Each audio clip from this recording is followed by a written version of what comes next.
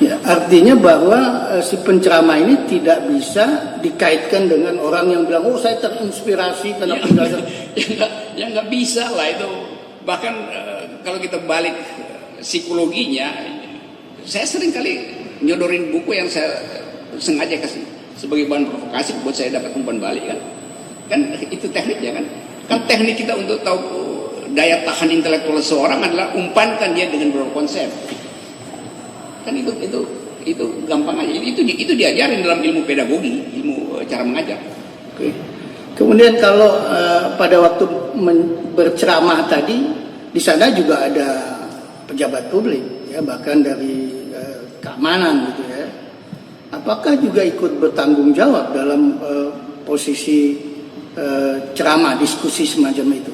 Agak susah minta pertanggungjawaban kalau orang yang disuruh untuk mengamati juga nggak pernah baca buku ya, bagaimana? Jadi dia laporin verbatimnya yang dicocok-cocokkan dengan kan orang itu selalu di kepalanya itu udah ada desain yang di brief. Nanti dia ambil bagian itu dikelopkan dengan bagian kiri yang di brief. Kan itu bahayanya. Ya. Kan seminar mestinya yang mengamati seminar ya akademisi itu kan nggak bisa pejabat daerah yang kemudian nguping sebentar lalu dia tiba-tiba oh ini ada konsepnya, nggak bisa itu yang namanya tacit knowledge, apa istilahnya Indonesia, tacit knowledge, pengetahuan yang terselubung, yang tersembunyi, tacit knowledge itu yang mesti kita bongkar. Tacit knowledge si pelapor ini apa? Ya. Cukup.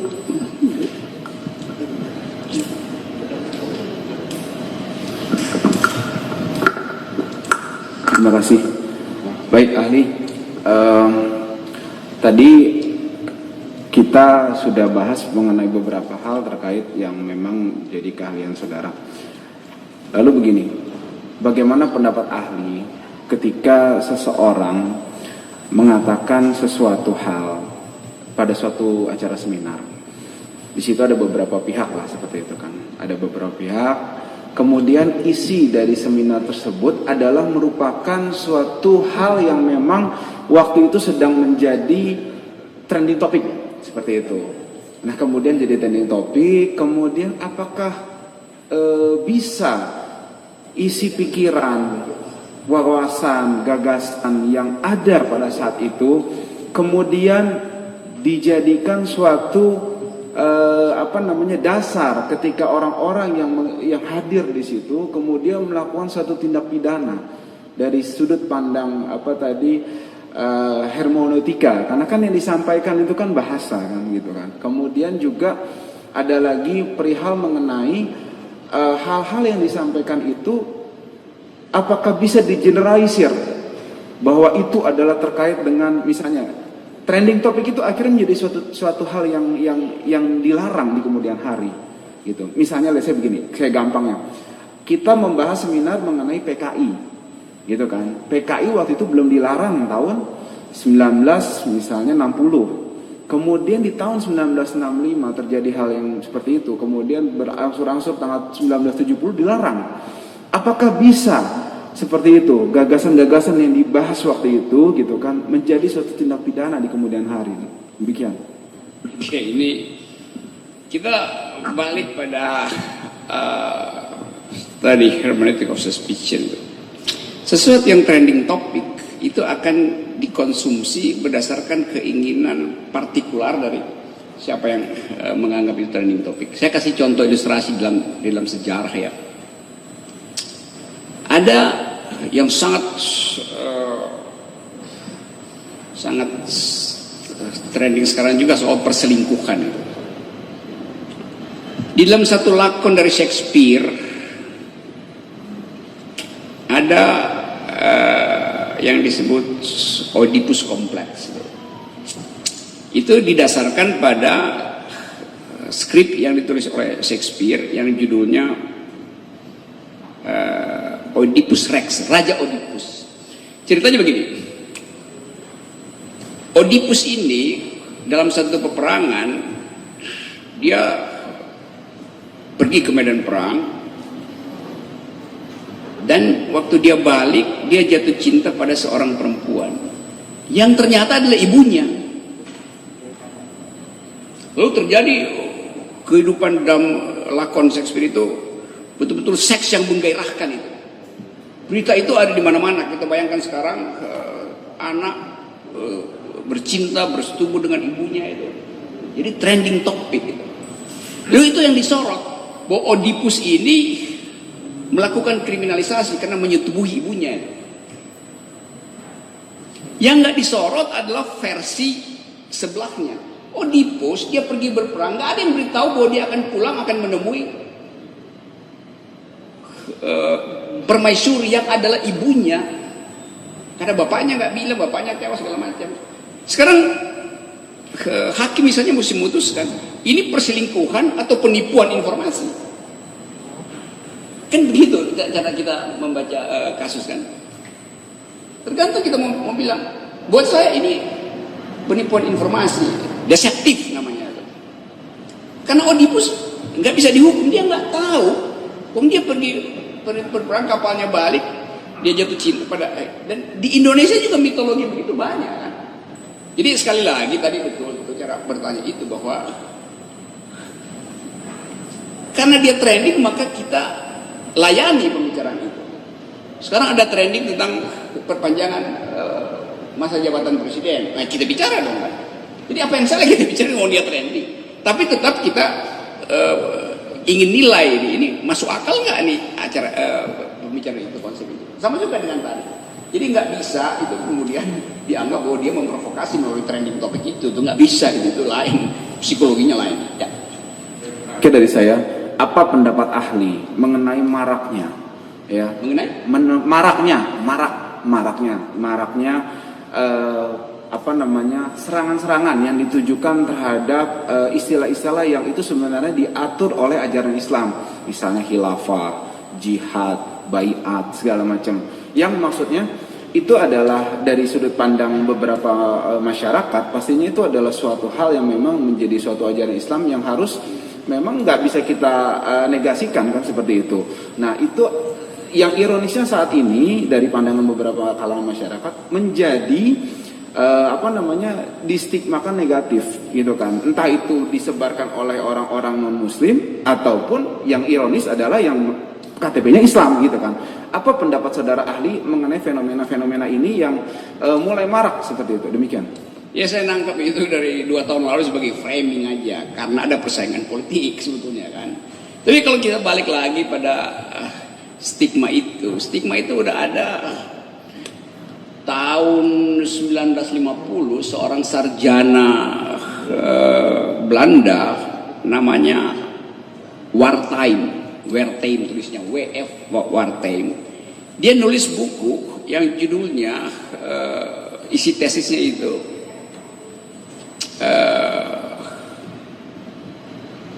Islam atau Muslim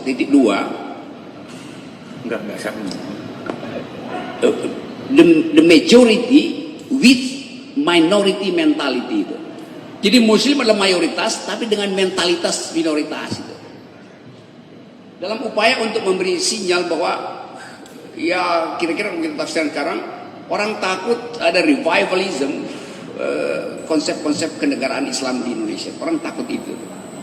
Tapi itu ketakutan yang masuk akal. Sebab kalau kita mau hitung potensi itu, hitung berapa persen suara yang didulang oleh partai-partai Islam sejak kemerdekaan. Sekarang berapa? 15%. Bagaimana bikin merubah negara kalau cuma 15%? Padahal merubah negara itu dimungkinkan. Mungkin.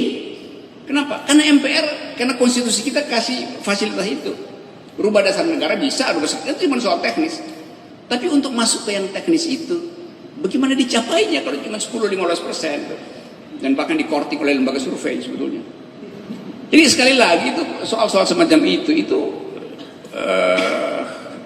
semacam hantu itu yang digentayangkan di kita tuh. Lalu kita pecah sebagai bangsa itu. Padahal ya faktualnya nggak ada.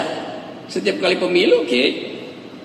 Nah sekarang soalnya adalah bagaimana mungkin kita bikin semacam tudingan sesuatu yang sebetulnya tadi sudah terangkan ada di dalam perdebatan dasar negara kita.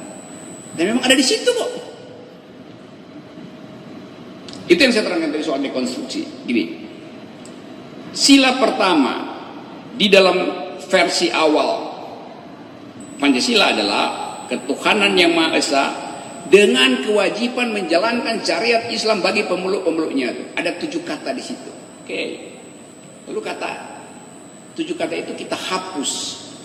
Kita menghapus itu karena kesepakatan politik untuk acara demokrasi itu. Tetapi sebetulnya dia dihapus dari teks, bukan dihapus dari memori kita. Bahkan waktu dia dihapus, dia menimbulkan teks baru. Setiap teks yang dihapus menimbulkan teks baru. Apa isi teksnya? Bahwa kita pernah punya kenangan dengan toleransi luar biasa dari umat Islam. Itu teks barunya. Jadi kalau saya bikin teks baru, sila pertama, ketuhanan yang Maha Esa dengan kewajiban menjalankan syariat Islam bagi pemeluk-pemeluknya. 7 kata itu sudah terhapus. Penghapusan itu menimbulkan teks baru. Bunyinya begini. Ketuhanan yang Maha Esa dengan toleransi maksimal demi demokrasi oleh umat Islam. Kan itu sebetulnya toleransi itu yang kita nikmati sekarang. Pengorbanan itu demi keutuhan NKRI. Jadi di dalam ilmu dekonstruksi, menghapus teks menimbulkan teks yang baru tuh. Nah, teks itu juga yang mau dihapus oleh kekuasaan hari ini tuh. Dia nggak bisa dihapus karena begitu dihapus timbul teks baru lagi. Itu metode dekonstruksi di dalam ilmu hukum begitu. Setiap hukum yang dihapus dia mesti ada jejak. Apa yang dihapus? Penghapusan itu adalah hukum baru. Kapan dihukum baru? Nanti setelah hukum yang dihapus itu menimbulkan semangat baru untuk lakukan judicial review, kan begitu jadinya kan. Jadi sekali lagi itu fungsinya hermeneutik hukum. Saya hanya terangkan itu sebagai metode berpikir di dalam persidangan yang terhormat ini, majelis hakim yang terhormat.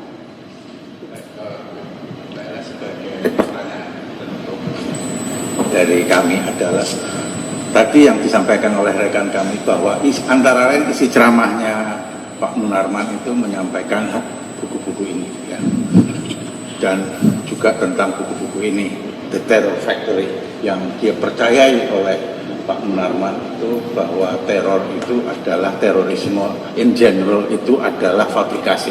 Ya itu yang disebut tadi oleh Noam Chomsky sebagai sebagai istilah lain, manufacturing, dimanufaktur, difabrikasi juga sama istilah.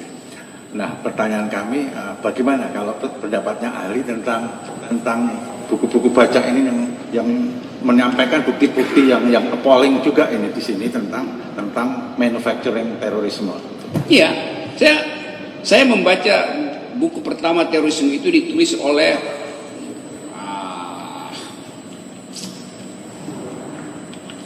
itu buku kuning tuh menyolok sekali itu. Nanti saya ingat-ingat ya. Tapi seluruh bacaan saya, karena saya latar belakangnya, saya mengajar filsafat itu mengajar semua ilmu itu dari. Jadi saya ngajar di Fakultas Ekonomi, Fakultas Kedokteran, bahkan Fakultas Hukum, Fakultas Teknik itu. Jadi kalau saya diskusi dengan mahasiswa, saya mesti siap, karena orang akan protes. Anda kan filsafat, kok ngajar Fakultas Teknik? Loh, filsafat itu dari awal mengasuh semua pengetahuan. Jadi saya paham tentang asumsi, hipotesis. Tentu saya nggak bisa terangkan apa isi buku Stephen Hawking aksiomanya, tapi saya ngerti prinsip-prinsip dasar ilmu fisika itu. Jadi begitu juga, begitu seseorang membaca buku-buku itu, di kepalanya langsung terbentuk semacam kuriositas. Bahwa yang beginian, wah ini buatan, ini mau apa? Saya bisa dengan mudah tahu bahwa itu fabrikasi. Wah ini mah yang pesan ini kelompok itu, yang ini kita udah tahu ini bahasa pasar rupiah, gampang kan? Jadi nggak ada soal, karena keterbukaan informasi menyebabkan semua orang bisa jadi interpreter gitu. Jadi sekali lagi, ya biasa aja kalau orang membantai buku atau mengatakan ya ini dasarnya ini fabrikan. Karena bahkan saya sebut tadi tokoh yang paling terkenal yang menganggap bahwa ini semuanya fabrikasi, termasuk teroris fabrikasi, namanya Noam Chomsky, umurnya 90 tahun lebih sekarang dan masih aktif berpikir dan dihormati sebagai intelektual yang gak ada motif apa-apa selain hanya ingin menyelamatkan cara berpikir kritis, junto demokrasi, junto human rights. majelis hakim dari penasihat hukum cukup. Baik, dari penuntut umum ada tanyakan, silakan.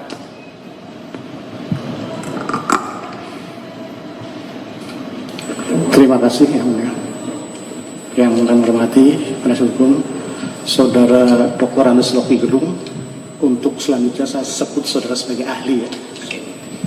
Saudara ahli, kami sebenarnya ingin mengetahui keahlian ahli apakah filsafat. Kalau di kurikulum vitae-nya kami lihat seorang filsuf akademisi ya. Setahu saya filsafat apakah ada cabang lagi itu? Kalau yang keahlian saudara yang benar-benar dalami itu apa, filsafat umum atau mungkin biasanya ada cabang-cabang apa, filsafat ilmu atau filsafat hukum barangkali. Mohon maaf karena kalau pertanyaan saya karena memang keterbatasan saya tentang filsafat. Saya diundang sebagai ahli dalam kasus hukum itu. Tapi saya mengajar 15 mata kuliah. Termasuk filsafat teknologi. Termasuk studi tentang memetik. Macam-macam lah itu. Jadi selalu orang memang bingung, ini kok ngajarnya banyak betul itu. Ya karena saya memang tahu banyak. Jadi saya mesti ngajar banyak gitu. Itu konsekuensinya. Orang juga bilang, Anda lulusan S1 kok ngajar di S3? Nggak mungkin. Ya tanya aja sama UI, kenapa dia minta saya ngajar di S3? Saya ngajar di S3 tuh.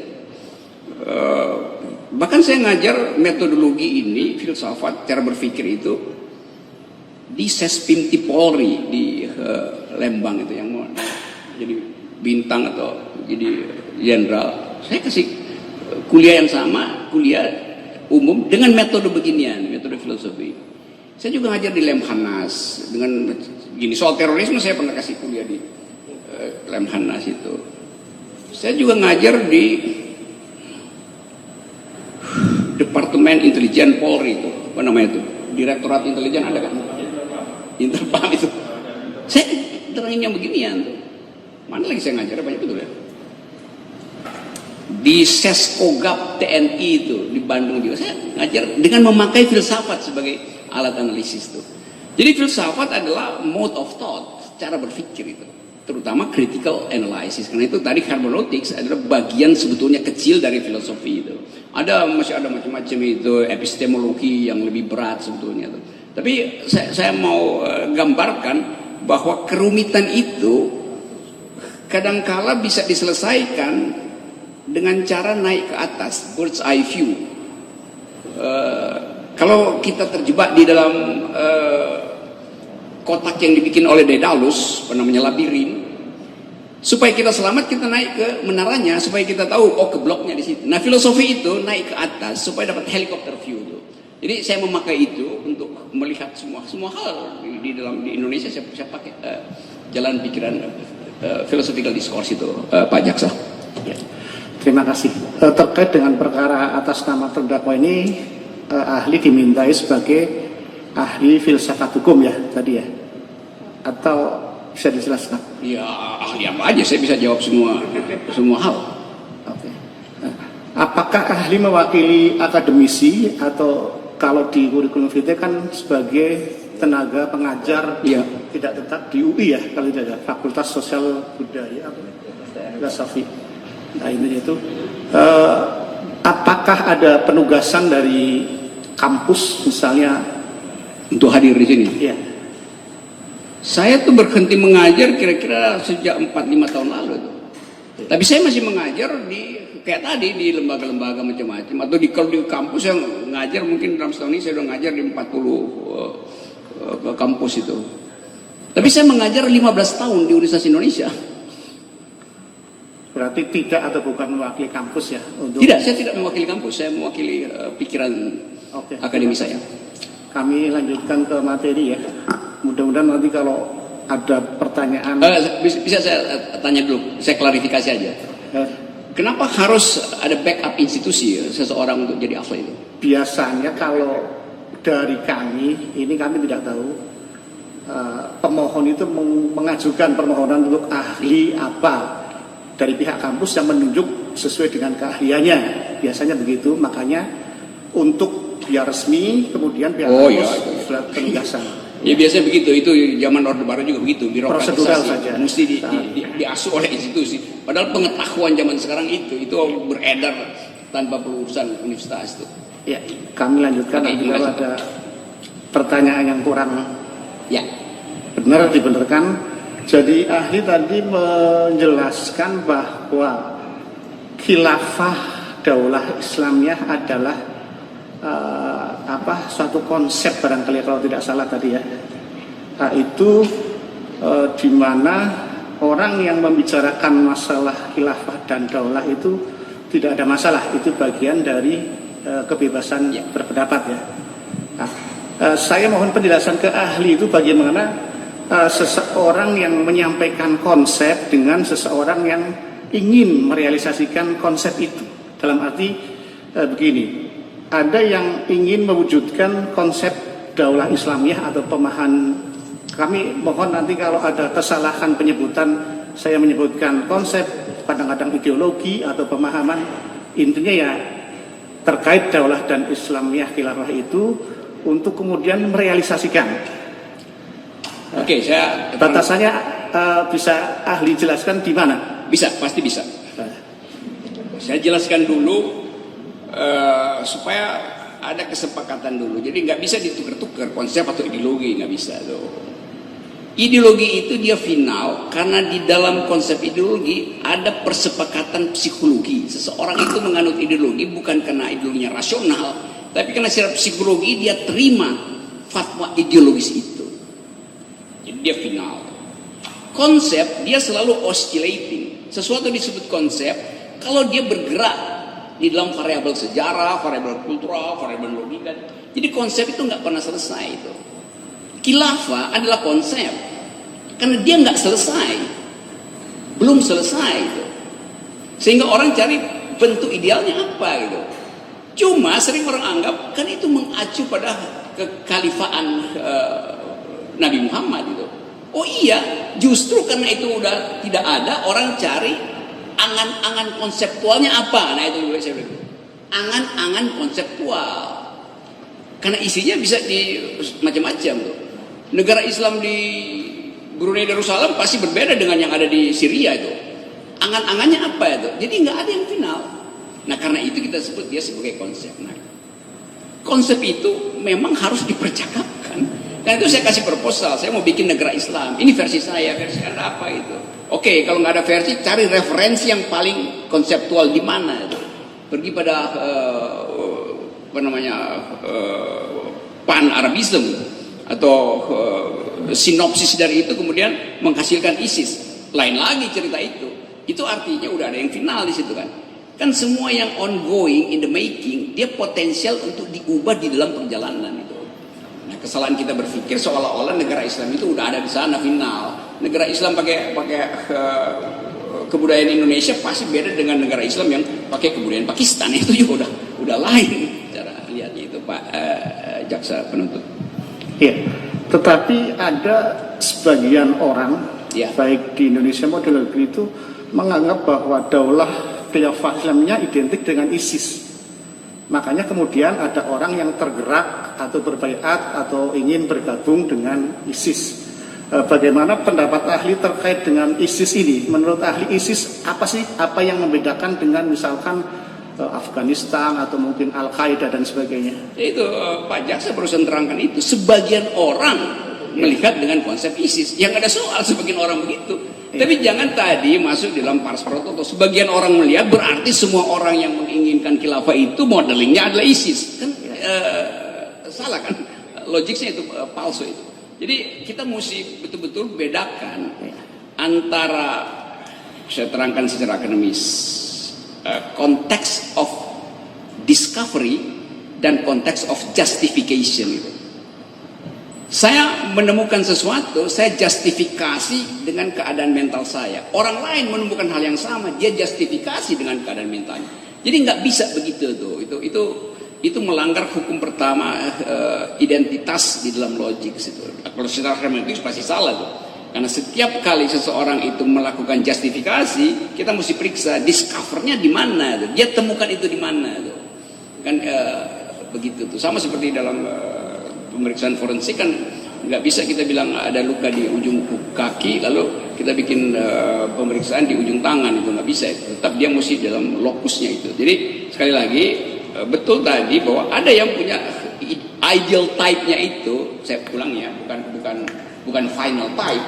Ideal type-nya adalah ISIS, ya oke.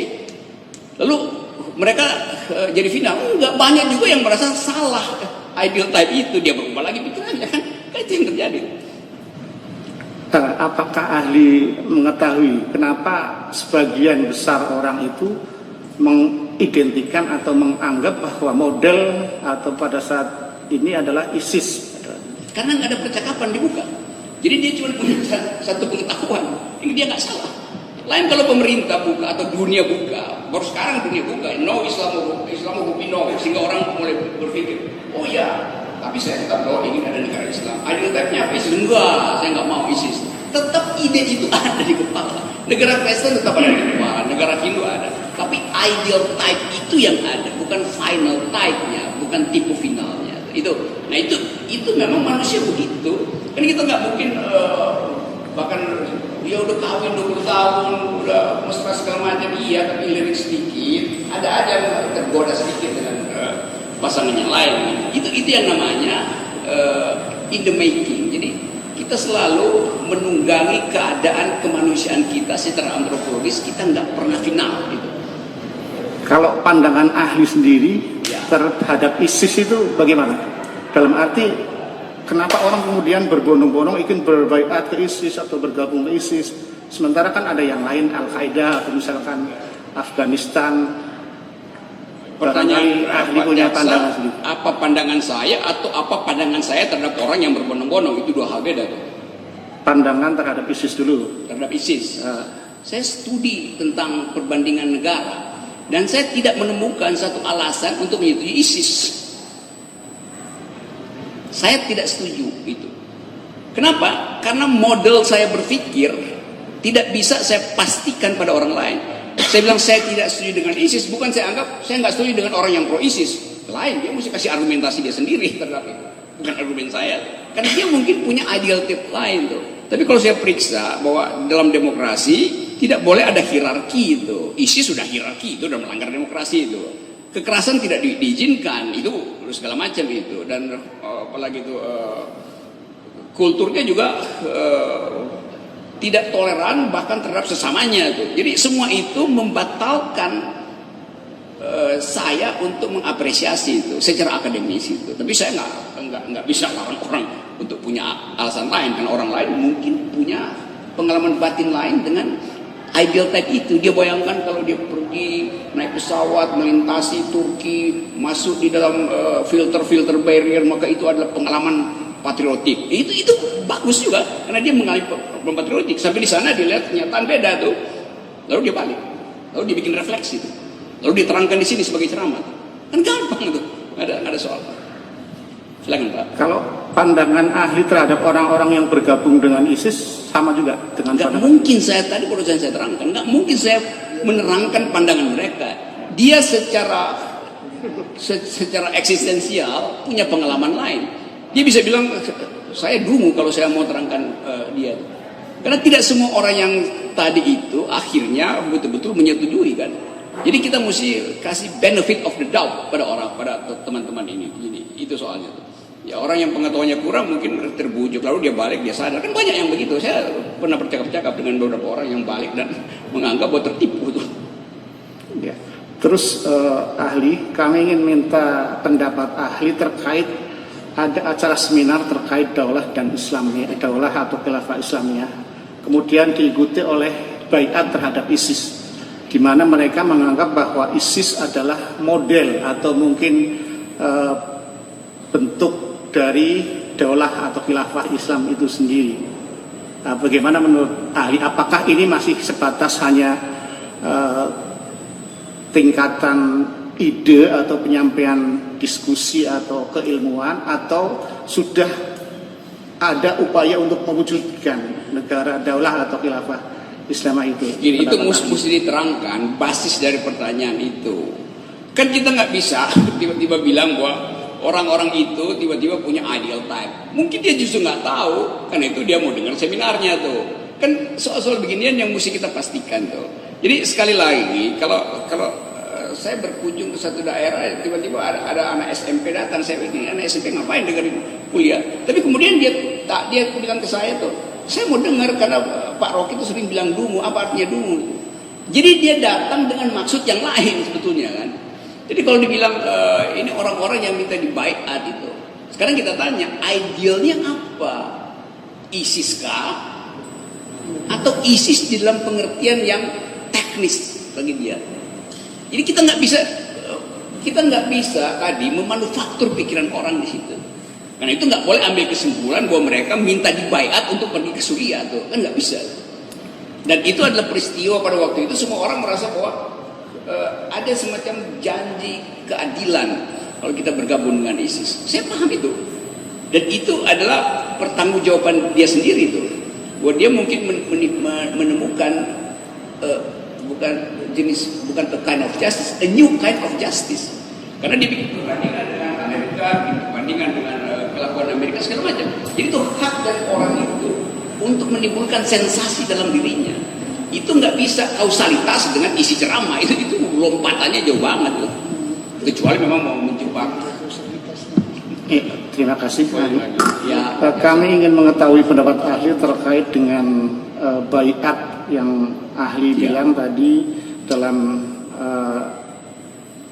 agama atau mungkin kaum Nasrani adalah baptis kalau tidak salah ya. Bagaimana konsekuensi orang yang berbaiat kepada ISIS, di mana antara lain dalam baiatnya itu adalah akan setia dan taat kepada Abu Bakar al-Baghdadi selaku pimpinan ISIS dan tidak akan melakukan kudeta kalau tidak ada hal-hal yang melanggar syariah. Nah, ini terkait apakah menurut ahli orang yang berbaiat ISIS itu bagaimana terhadap status kewarganegaraan atau barangkali terhadap aturan hukum di Indonesia? Apakah kemudian orang yang berbaiat kepada ISIS jadi tidak berlaku atau tidak mengakui hukum di Indonesia atau pemerintah Indonesia? Mohon penjelasan ahli. Begini ya, saya terangkan tadi waktu ditanya oleh penasihat hukum, kesetaraan pengertian antara baptis dan baiat. Saya hati-hati di situ, saya bilang kalau mau lebih firm tanya pada ahli agama itu. Saya terangkan itu sebagai fenomena kulturalnya, bukan fenomena teologisnya tuh. Nanti saya bisa dianggap Anda bukan pendeta mau nerangkan yang gituan.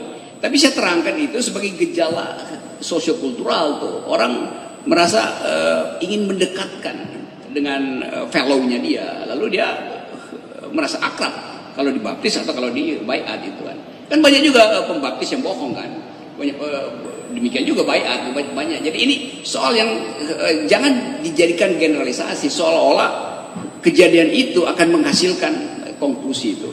Tetap saya terangkan tadi bahwa kalau seseorang menghendaki semacam ketedukan lalu dia minta seorang sahabat untuk mendoakan dia, itu juga udah baiat sebetulnya. Di dalam skala yang paling rendah, bukan yang paling rendah, yang paling primer, yaitu kelegaan batin gitu. Sama seperti orang yang lagi tersesat, yang padahal sebetulnya secara suku mereka bermusuhan di Indonesia, begitu sampai di luar negeri dia merasa oh dari Indonesia ya, dia gitu sama-sama Indonesia, padahal di sini dia bermusuhan secara suku karena ada suasana itu. Jadi baiat juga ada satu suasana, nggak ada soal suasana itu kan. Jadi kalau Anda tanya apa akibatnya nanti pada hukum Indonesia, iya akibatnya itu setelah, ngapain tanya akibat kepada baiat, kan nggak logis kan. Kan akibat itu setelah terjadi, lalu dia mungkin merasa oke, nggak warga negara segala macam. Kan nggak mungkin kita prediksi. Mungkinnya dia saya tetap warga negara dan saya akan pergi ke sana ke ISIS dan saya akan kembali di sini untuk menerangkan Apa yang diterangkan? Pro ISIS, mungkin dia berubah di situ kok. Jadi jangan langsung ambil kesimpulan linear bahwa orang yang dibaiat junto pergi ke ISIS balik ke Indonesia juga dia akan provokasi ke gemerlapan ISIS. Banyak betul yang lakukan hal sebaliknya. Jadi kita nggak boleh menyimpulkan itu terlarang di dalam cara berpikir. Itu bahayanya kalau kita lakukan lompatan analisis logis. Kami mohon pendapat juga terkait pengaruh seseorang dalam kedudukan seorang dalam organisasi lah. Katakan misalkan dia seorang amir atau seorang pengurus organisasi pusat yang menyampaikan ke daerah terkait daulah ya. Kemudian ada acara dukungan atau baiat. Ini menurut ahli seberapa jauh pengaruh dari kedudukan seseorang di dalam satu organisasi yang notabene adalah tingkatan misalkan dari pusat ke daerah. Di dalam soal-soal yang menyangkut kondisi religiositas seseorang, kedudukan teknokratis itu nggak dianggap. Orang merasa dekat karena moral clarity, karena integrity dari si tokoh itu, lepas dari kedudukan birokratisnya tuh. Itu intinya. Lain kalau ASN itu hierarkinya langsung di jalan itu. Kalau dalam civil society ya kita dilatih dalam civil society yaitu adalah primus inter parus. Seseorang itu kedudukannya primus inter parus, bukan namanya primus unus, lain itu. Jadi berlakulah prinsip bahwa kekaguman itu tidak dihasilkan oleh kedudukan birokratik seseorang dalam suatu organisasi. Itu intinya tuh. Lain kalau militer, lain kalau ada organisasi forum, itu bedanya tuh antara, saya terangkan aja dalam bahasa Jerman tuh. Beda antara ikatan Gemeinschaft dan Gesellschaft. Jadi kalau saya bertemu dengan teman-teman saya, mereka kagumi saya bukan karena saya dosen, karena saya orang baik aja. Atau orang jauhi saya bukan karena saya dosen, tapi karena saya orang jahat. Itu namanya ikatan Gemeinschaft. Dalam Gesellschaft ada hierarki. Itu bedanya. Kalau perintah negara begitu itu Gesellschaft, maka kedudukan hierarkinya langsung. Hingga seseorang misalnya dia memperoleh kehormatan. Iya, karena hierarkinya mewajibkan saya menghormati dia. Dia memperoleh penghormatan dari saya karena hierarki, tapi dia tidak memperoleh kehormatan dari saya. Nah itu banyak jenderal yang memperoleh penghormatan, tapi kehormatan diberikan pada prajurit. Kan itu kan? Kita mesti betul-betul bisa bedain itu bahwa kehormatan itu datang secara otentik. Penghormatan itu karena ada aturan mesti menghormat. Kalau pada akhirnya ada kegabungan dari civil society dalam hal pada akhirnya kekaguman yang menurut ahli tadi. Kekaguman. Iya, ya. Tadi kan kagum bisa mempengaruhi ya, kalau tidak salah ya. Itu kemudian ada orang terpengaruh untuk katakanlah berbuat atau katakanlah dalam konteks bergabung dengan ISIS untuk mewujudkan daulah. Apa pendapat ahli? Kalau ada seorang tokoh, orang peserta katakanlah, ya, karena kagum terhadap pembicara katakanlah atau narasumber, kemudian ya bisa, dia bisa jadikan pembenaran kan? Dia cari pembenaran aja, bisa aja dicari pembenaran. Tapi melihat kausalitas itu nggak bisa. Kalau seseorang terkagum-kagum, mungkin dia terkagum-kagum karena penampilan fisik, tapi dia nggak terkagum-kagum pada isi ceramah, bisa. Jadi kita mesti periksa betul-betul faktisiti itu di dalam masalah itu. Ada orang masuk kelas saya, dia terkagum-kagum, dianggap saya selebritis. Padahal dia nggak peduli apa yang saya ucapkan, karena dia cuma ingin minta tanda tangan. Jadi betul-betul kita mesti hati-hati dalam semua peristiwa yang memungkinkan terjadi mental attachment, keterkaitan mental itu. Kita mesti periksa, variabelnya banyak itu. Jadi nggak ada semacam rumus awal kalau orang terkagum maka dia akan terhipnosis itu. Nggak bisa. Kalau terkagum-kagum saya udah jadi presiden tuh. Tapi nggak bisa kan. Orang cuma ingin dengar saya kasih kritik. Tapi kalau orang bilang Pak Rocky calonin dong, nggak ada. Orang akan Pak Rocky jangan mencalonkan diri di dalam kekuasaan tuh, mending di luar aja tuh. Kan beda tuh kan. Jadi sama juga orang yang terkagum-kagum datang pada satu seminar karena dia mau dengar keterangan dari orang yang dia kagumi itu. apapun yang diucapkan orang itu dia kagum aja. Bukan karena dia kagum karena dia mengerti. Lain kalau dia lakukan diskursus yang saya terangkan tadi itu dengan orang yang dia kagumi, lalu dia ingin jadiin saya murid ya Pak ya.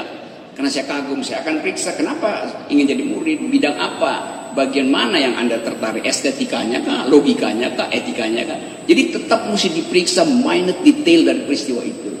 Bahkan bahasa tubuh mesti diperiksa.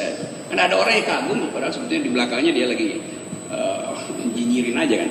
Jadi itu pentingnya mannerism itu harus lengkap supaya kita nggak selalu jump to conclusion. Terkagum berarti begini. Itu secara logis itu bisa saya terangkan bahwa orang yang mengagumi seseorang itu dasarnya dua. Satu, dia ikuti reasoningnya yang saya sebut tadi bagian reason. Kedua, dia terlibat secara passion. Kalau dia cuma passion, reasonnya nggak ada, itu artinya dia pengikut buta. Nah, pengikut buta itu nggak boleh dianggap sebagai pengikut. Pengikut itu mesti dia pahami itu. Dan orang yang ingin memprovokasi justru mesti tahu bahwa mental dia begitu, maka saya harus dampingi dia terus menerus. Jadi kesimpulan saya, tidak ada kaitan antara kekaguman, kehadiran dengan pikiran, itu nggak ada. Harus ada kausalitasnya ya. Harus ada kausalitasnya, dan kausalitas itu mesti dibuktikan dengan variabel yang lengkap. Kondisi ruangan, peristiwa ketika dia tiba di situ, intensi dia untuk hadir, kemampuan dia untuk melihat global issue, kecakapan dia untuk melakukan perbandingan, itu mesti lengkap. Oke, dilanjutkan. Baik, ahli. Tadinya saya sama seperti teman saya berpikir ahli dihadirkan sebagai ahli filsafat. Ternyata sangat luas sampai kemudian bisa menjadi seorang psikolog karena mengkomentari tadi metode-metode yang sudah diterangkan oleh psikolog kami ahli terdahulu. Baik. Saya kasih komentar sedikit. Saya lupa terangin. Saya juga pernah mengajar psikoanalisa.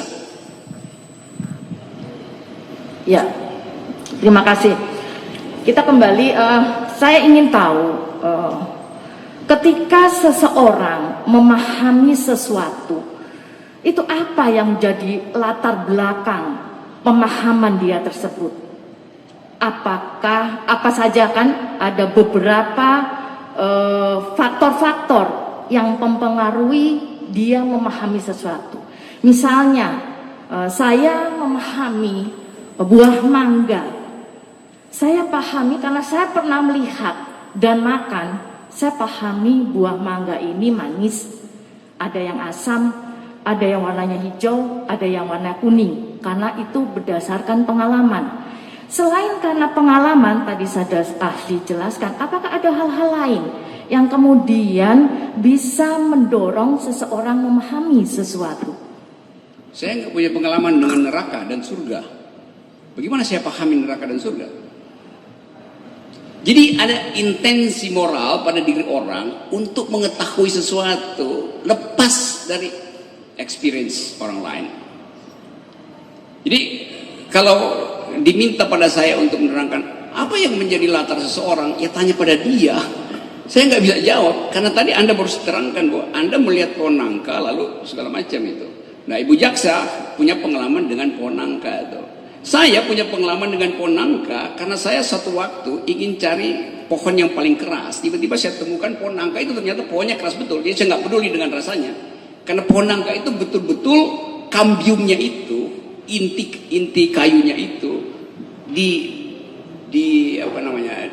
dilatih oleh alam sehingga dia jadi sangat keras. Pohon nangka salah satu pohon yang paling keras. Itu bedanya jadinya kan. Baik, sebenarnya saya hanya ingin bertanya secara umum Ya. dari sisi filosofi saja. Ketika seseorang memahami sesuatu, itu yang melatar belakangi itu apa saja? Oke, itu namanya curiosity itu. Ya. Nah, curiosity itu dibangkitkan oleh yang disebut sebagai the unspeakable. Jadi, coba saya terangkan. Ibu Jaksa perempuan, saya terangkan juga dari perspektif itu ya. Dulu, kalau seorang perempuan bicara di ruang sidang atau di parlemen, itu dianggap dia tidak mampu untuk mencerna argumentasi itu. Karena itu dia disebut istilah psikologinya, supaya saya tertib di dalam istilah, namanya delirium. Dicari di Google, DELIRUM, delirium. Setiap perempuan yang gagap bicara di ruang publik disebut mengidap delirium. Artinya tidak stabil mentalnya, alias sakit jiwa. Sekarang dia disebut di dalam daftar ilmu jiwa itu delirium, artinya sakit jiwa. Perempuan itu sakit jiwa karena dia nggak bisa mengucapkan secara fasih kalimatnya. Kenapa begitu? Karena grammar publik itu grammar laki-laki. Jadi perempuan tidak bisa memakai grammar laki-laki. Dia pasti gagap dan gugup. Yang saya ucapin ini grammar laki-laki, logis, konsisten, segala macam tuh. Hukum pidana itu grammar laki-laki. Jadi perempuan itu mengalami kekacauan emosional karena dia mesti memakai grammar yang tidak akrab dengan dia. Nah karena itu di dalam feminist legal theory, di dalam teori hukum feminis, saya ngajar itu di S2 kajian perempuan UI. Kita tahu bagaimana para ahli hukum Prancis ini, feminis Prancis, kemudian dia ubah subjek hukum itu dan membayangkan bahwa Tuhan itu perempuan, hakim itu perempuan, supaya dia bisa bikin bahasanya sendiri. Di dalam ilmu psikologi namanya psikologi et politike, psikologi dan politik gitu. Jadi saya mengerti itu tuh. Bahkan saya studi panjang tentang feminist legal theory itu. Sekarang setelah terjadi perubahan di dalam paradigma anti maskulinitas patriarki, perempuan yang tadinya di unspeakable sekarang dia di unstoppable, nggak bisa lagi dihentikan tuh. Maka muncullah pemimpin perempuan yang otaknya lebih bagus dari pemimpin laki-laki. Anak-anak muda perempuan terakhir ada yang namanya siapa yang anak muda yang pidato tentang lingkungan itu, anak muda Finlandia yang bertemu dengan dia, perempuan yang tajam sekali menerangkan keadaan. Jadi saya balik pada soal tadi bahwa kita tidak bisa seolah-olah menginginkan orang itu mengerti apa yang kita ucapkan, padahal grammarnya beda. Saya nggak bisa terangkan pada seorang perempuan dengan grammar laki-laki. Nah itu yang menyebabkan kadangkala dalam satu persidangan nama seseorang itu perempuan, dia pakai huruf kecil, lalu ditegur hakim, kok huruf kecil semua? Karena dia mau memberontak dari huruf besar yang adalah huruf laki-laki. Nah, kita mesti hormati itu. Itu namanya the hermeneutic of suspicion. Makasih. Baik, terima kasih ahli. Jadi apakah bisa dikatakan bahwa pemahaman seseorang terhadap sesuatu itu bisa didapat selain dari pengalaman tadi empiris, kemudian juga dari seksualitas ya antara perempuan dan laki-laki. Apakah juga berdasarkan buku-buku bacaan yang dia baca itu bisa mempengaruhi seseorang terhadap pemahaman sesuatu? Itu yang saya tanya tadi. Ibu bertanya kasusnya perempuan apa laki-laki. Seseorang itu mesti ada gendernya supaya saya bisa terangkan berdasarkan keahlian saya. Saya nggak bisa bilang sama karena grammarnya lain. Saya terangin ya, misalnya nih, justice, keadilan. Laki-laki itu tahu keadilan dengan membaca John Locke, John Rawls, Thomas Hobbes, segala macam. Dia ngerti apa itu keadilan. Keadilan itu utilitarian bagi dia itu, karena dia membaca filsafat utilitarian, diajarkan di fakultas hukum.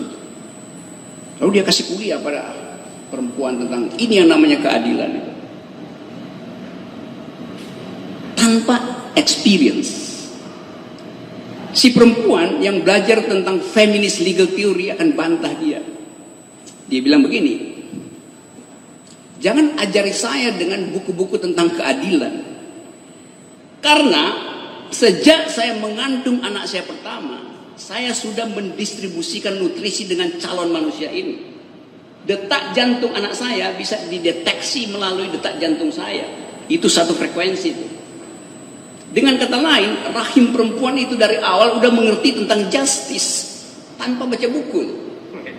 Besok pagi dia bangun, dia lihat dompetnya tinggal ada mungkin 2 lembar 20 ribuan. Dia mesti bagi itu untuk jajan anaknya, di PAUD, dan dia mesti sisakan untuk kopi suaminya yang akan pulang kerja tuh, tanpa pernah membaca satu kitab hukum atau filsafat hukum yang ada justice itu.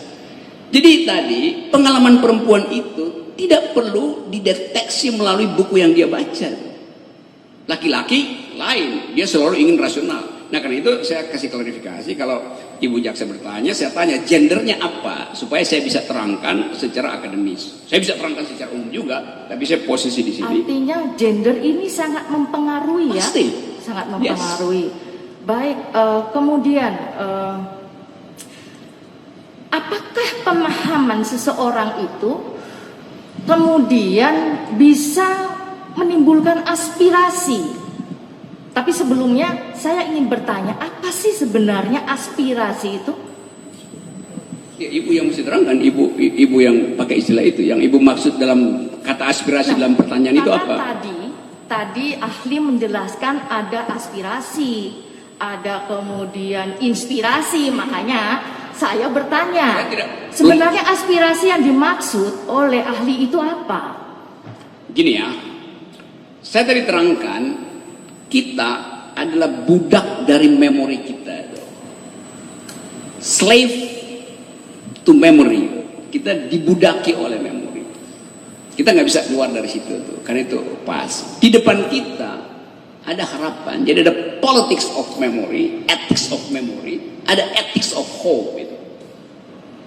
Nah, ethics of hope ini yang kita sebut sebagai aspirasi itu. Tadi saya terangkan begitu tuh. Jadi kata aspirasi itu di dalam pengertian tadi adalah upaya untuk menghubungkan memori dengan hope. Orang nggak punya, kalau lu aspirasi lu apa? Aspirasi itu dasarnya adalah memorinya tuh. Baru dia bikin hope itu kan, itu intinya. Jadi dalam pengertian itu Ibu. Iya. Jadi apakah bisa dikatakan bahwa aspirasi itu adalah harapan-harapan? Bukan bisa dikatakan, saya pastikan itu dengan pengertian bahwa dia satu paket dengan memorinya tuh. Jadi bukan sesuatu yang dipenggal di sini, dia punya harapan. Jadi lihat line of thought saya terangkan tadi bahwa kedudukan saya on site sekarang itu saya sedang menulis biografi saya. Apa isi biografi? Past event di belakang saya dan proyeksi saya yang saya sebut tadi aspirasi itu, hope itu.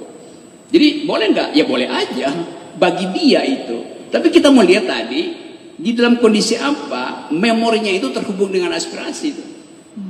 Jadi kalau dia punya memori buruk dengan Indonesia, ya aspirasinya adalah anti Indonesia dengan sendirinya.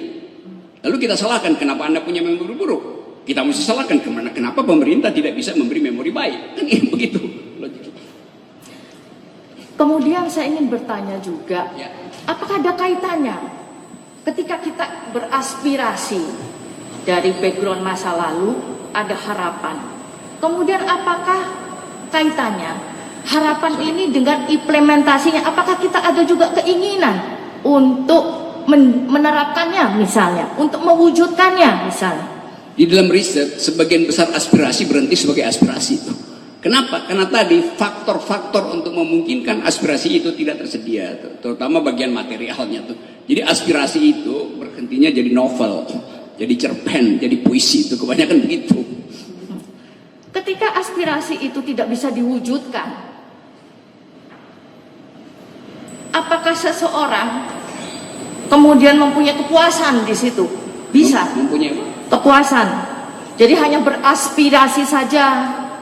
Kemudian tidak, apakah bisa seseorang itu hanya beraspirasi tanpa kemudian ada keinginan untuk mewujudkan? Begini nih. Kalau saya punya aspirasi, saya bisa pastikan aspirasi saya mesti terwujud.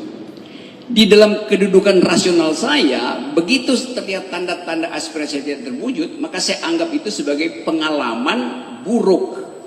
Pengalaman buruk karena harapannya nggak muncul tuh. Lalu saya jadi frustrasi dengan pengalaman itu. Tapi saya juga bisa balik bahwa memang itu bukan aspirasi yang dibatalkan, tapi aspirasi yang tertunda karena saya menunggu persiapan material. Sama kayak bangun IKN, itu kan aspirasi doang tuh. Sementara pemerintah sendiri ngaku nggak ada uang. Tapi kalau kita bilang, mestinya pemerintah sudah frustrasi dong. Pemerintah bilang, enggak, itu nanti akan diteruskan oleh presiden berikut. Begitu aspirasi pekerja itu. Jadi kalau kita bilang bahwa aspirasi itu pasti menghasilkan kejadian, tidak ada hubungan sebab akibat. Aspirasi bisa menimbulkan kejadian tuh. Baik. Kemudian terkait dengan diskusi ya, tadi ahli mengatakan bahwa diskusi itu harus suatu forum yang harus ada pembanding-pembanding. Maksudnya bagaimana tuh? Saya nggak bilang pembanding, diskusi itu saya dan dia bisa.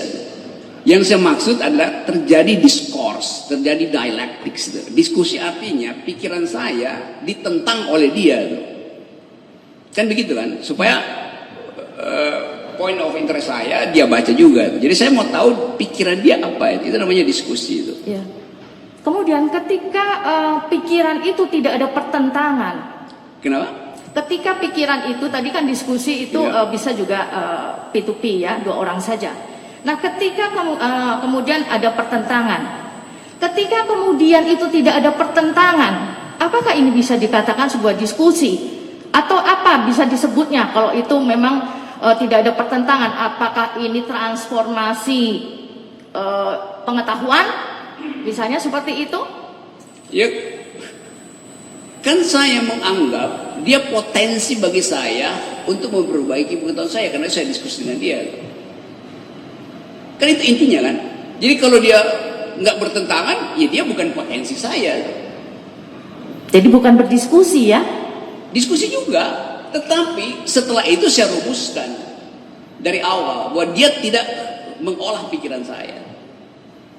Oleh karena itu saya anggap ya itu sebetulnya objek biasa aja, atau disebut itu kondisinya itu adalah di dalam logika disebut being in itself, bukan being for itself.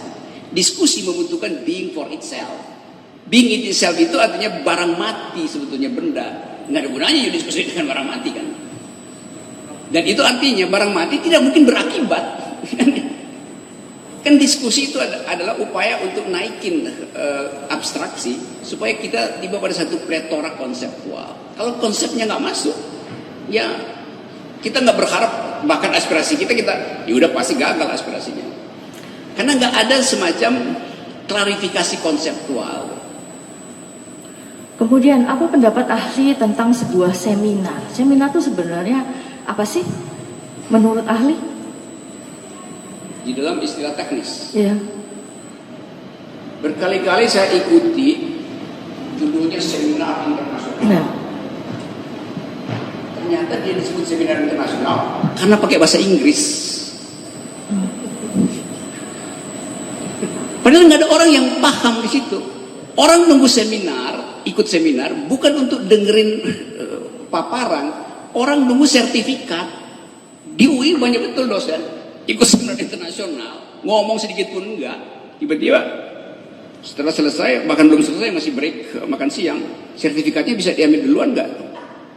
Itu namanya seminar. Apa nggak konyol? Jadi menurut ahli sebenarnya seminar itu harusnya seperti apa? Seminar itu artinya kalau dalam pengertian yang tepat, kita berjalan-jalan sambil bicara satu isu, lalu terjadi percakapan. Tapi kata seminar sekarang itu udah jadi kayak ya buat gagah-gagahan aja disebut seminar. Jadi jangan percaya kalau seminar itu isinya adalah sesuatu yang betul-betul ada tornya, diyakinkan untuk punya efek segala macam tuh. Jadi kata seminar itu kata yang kayak orang bilang apa kabar gitu.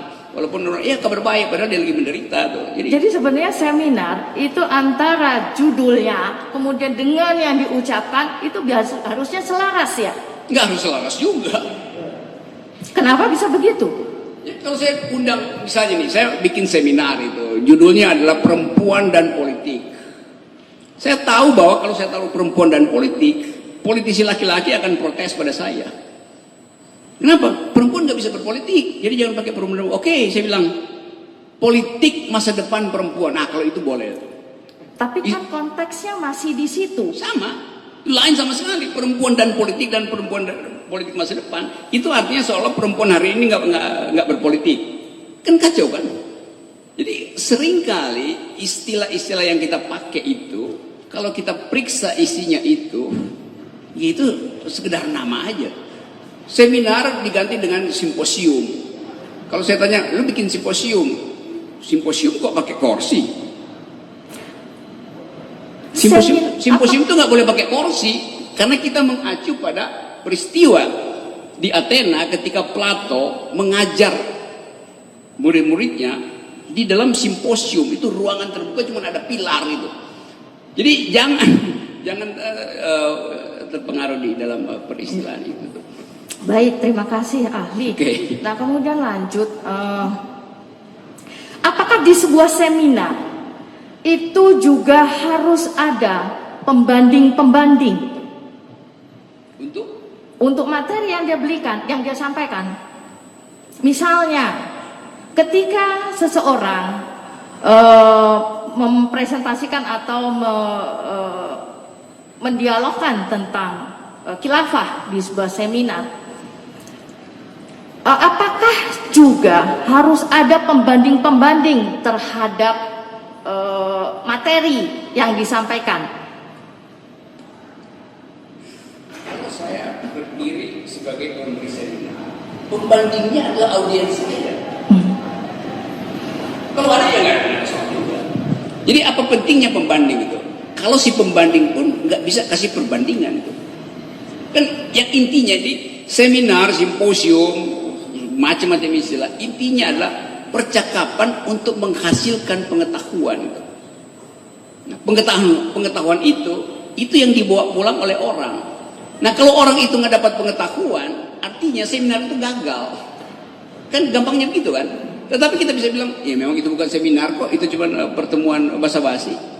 Jadi format itu tidak menentukan isi. Nah, itu yang seringkali berlangsung di kita hanya karena ya kesempatan kecil, ngundang seseorang, oke, lagi mampir, oke, Pak Rocky, bentar ya, mau ngapain kita bikin seminar tuh? Padahal nggak ada perencanaan. Ya udah, gue mampir aja. Kan sama aja kan? Kalau saya misalnya lagi jalan dari satu daerah, tiba-tiba di tengah jalan tuh, mampir sebentar Pak, kita mau seminar. Ya barusan saya dicikat di situ.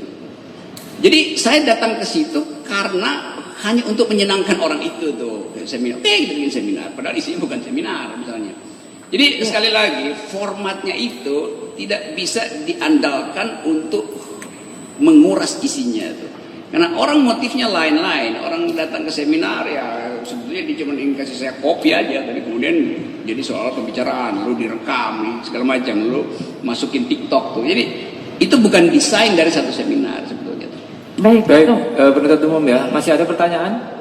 Masih ada yang Ya, karena ini waktunya isoma ya, Pak ahli ya. Jadi kita isoma dulu, istirahat, sholat untuk makan juga. Nanti insya Allah kita akan sidang kembali jam 1. Oke, Pak. Ya, gitu ya. Nanti dilanjut ya penuntut umum ya. Baik, sidang di skors. Hadirin dimohon berdiri.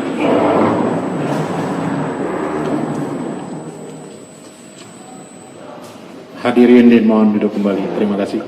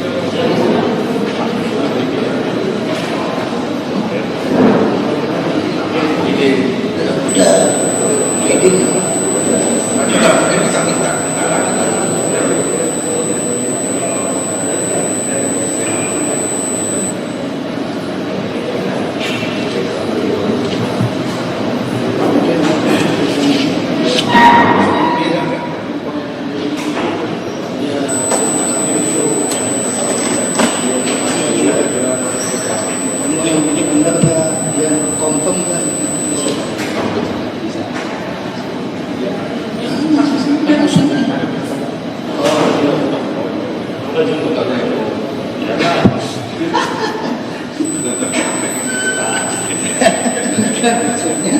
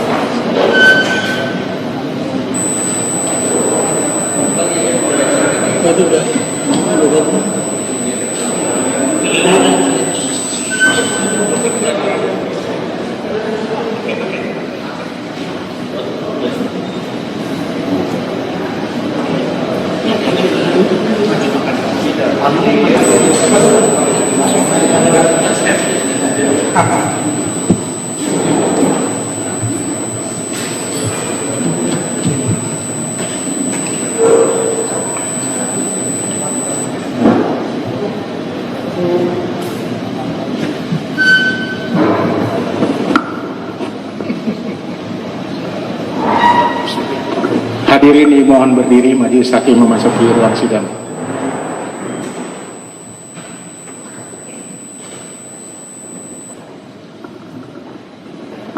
Hadirin dimohon duduk kembali. Terima kasih.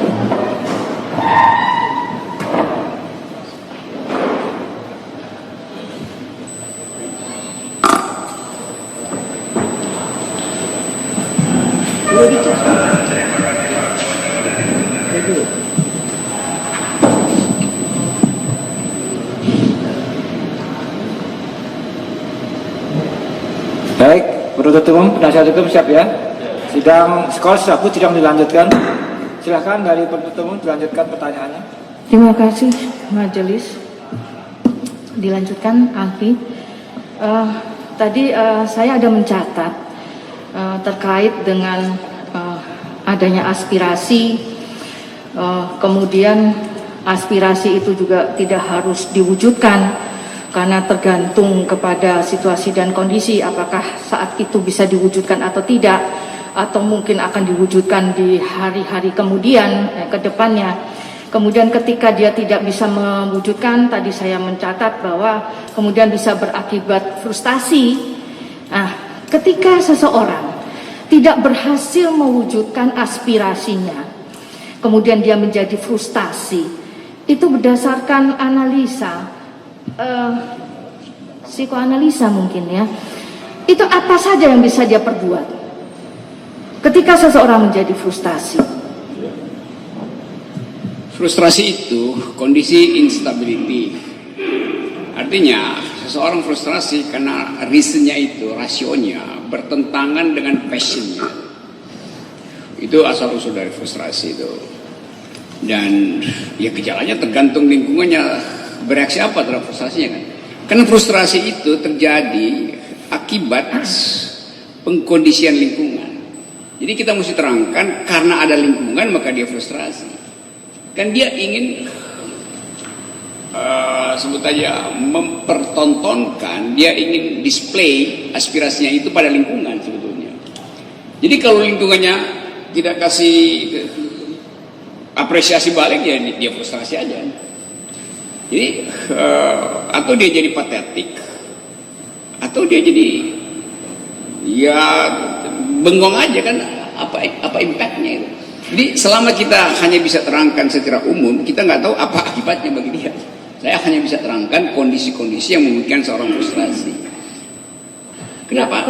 Karena dia butuh apresiasi dari orang lain. Ya, ketika kemudian aspirasi yang ingin dia wujudkan itu terkendala, frustasi tadi, apakah juga dia memungkinkan untuk dia melakukan kekerasan-kekerasan? Orang yang frustrasi itu biasanya dia buntu aja kan, dia nggak mungkin lakukan sesuatu yang namanya dia frustrasi. Kan kalau aspirasi saya tidak tercapai, aspirasi saya adalah ngebom gedung ini nggak tercapai, lalu saya frustrasi. Maka dia mau bikin kekerasan apa? Wong potensi dia untuk melakukan kekerasan aja udah membuat mentalnya lemah. Jadi tidak mungkin seseorang yang punya aspirasi dan terhalang aspirasinya, lalu dia limpahkan itu pada kekerasan yang lain. Kan kekerasannya kan tunggal. Jadi kalau dia bikin kekerasan lain mesti diterangkan kenapa dia bikin kekerasan itu. Jadi istilah dalam psikologi displacementnya apa itu. Nah itu mesti diperiksa oleh psikiater. Kenapa terjadi displacement? Baik, Pengalihan itu. berarti tergantung juga psikologi mental yang bersangkutan ya. Sebetulnya bukan psikologinya, psikologi yang dia terima dari crowdnya. Dia sendiri udah bermasalah secara psikologi itu.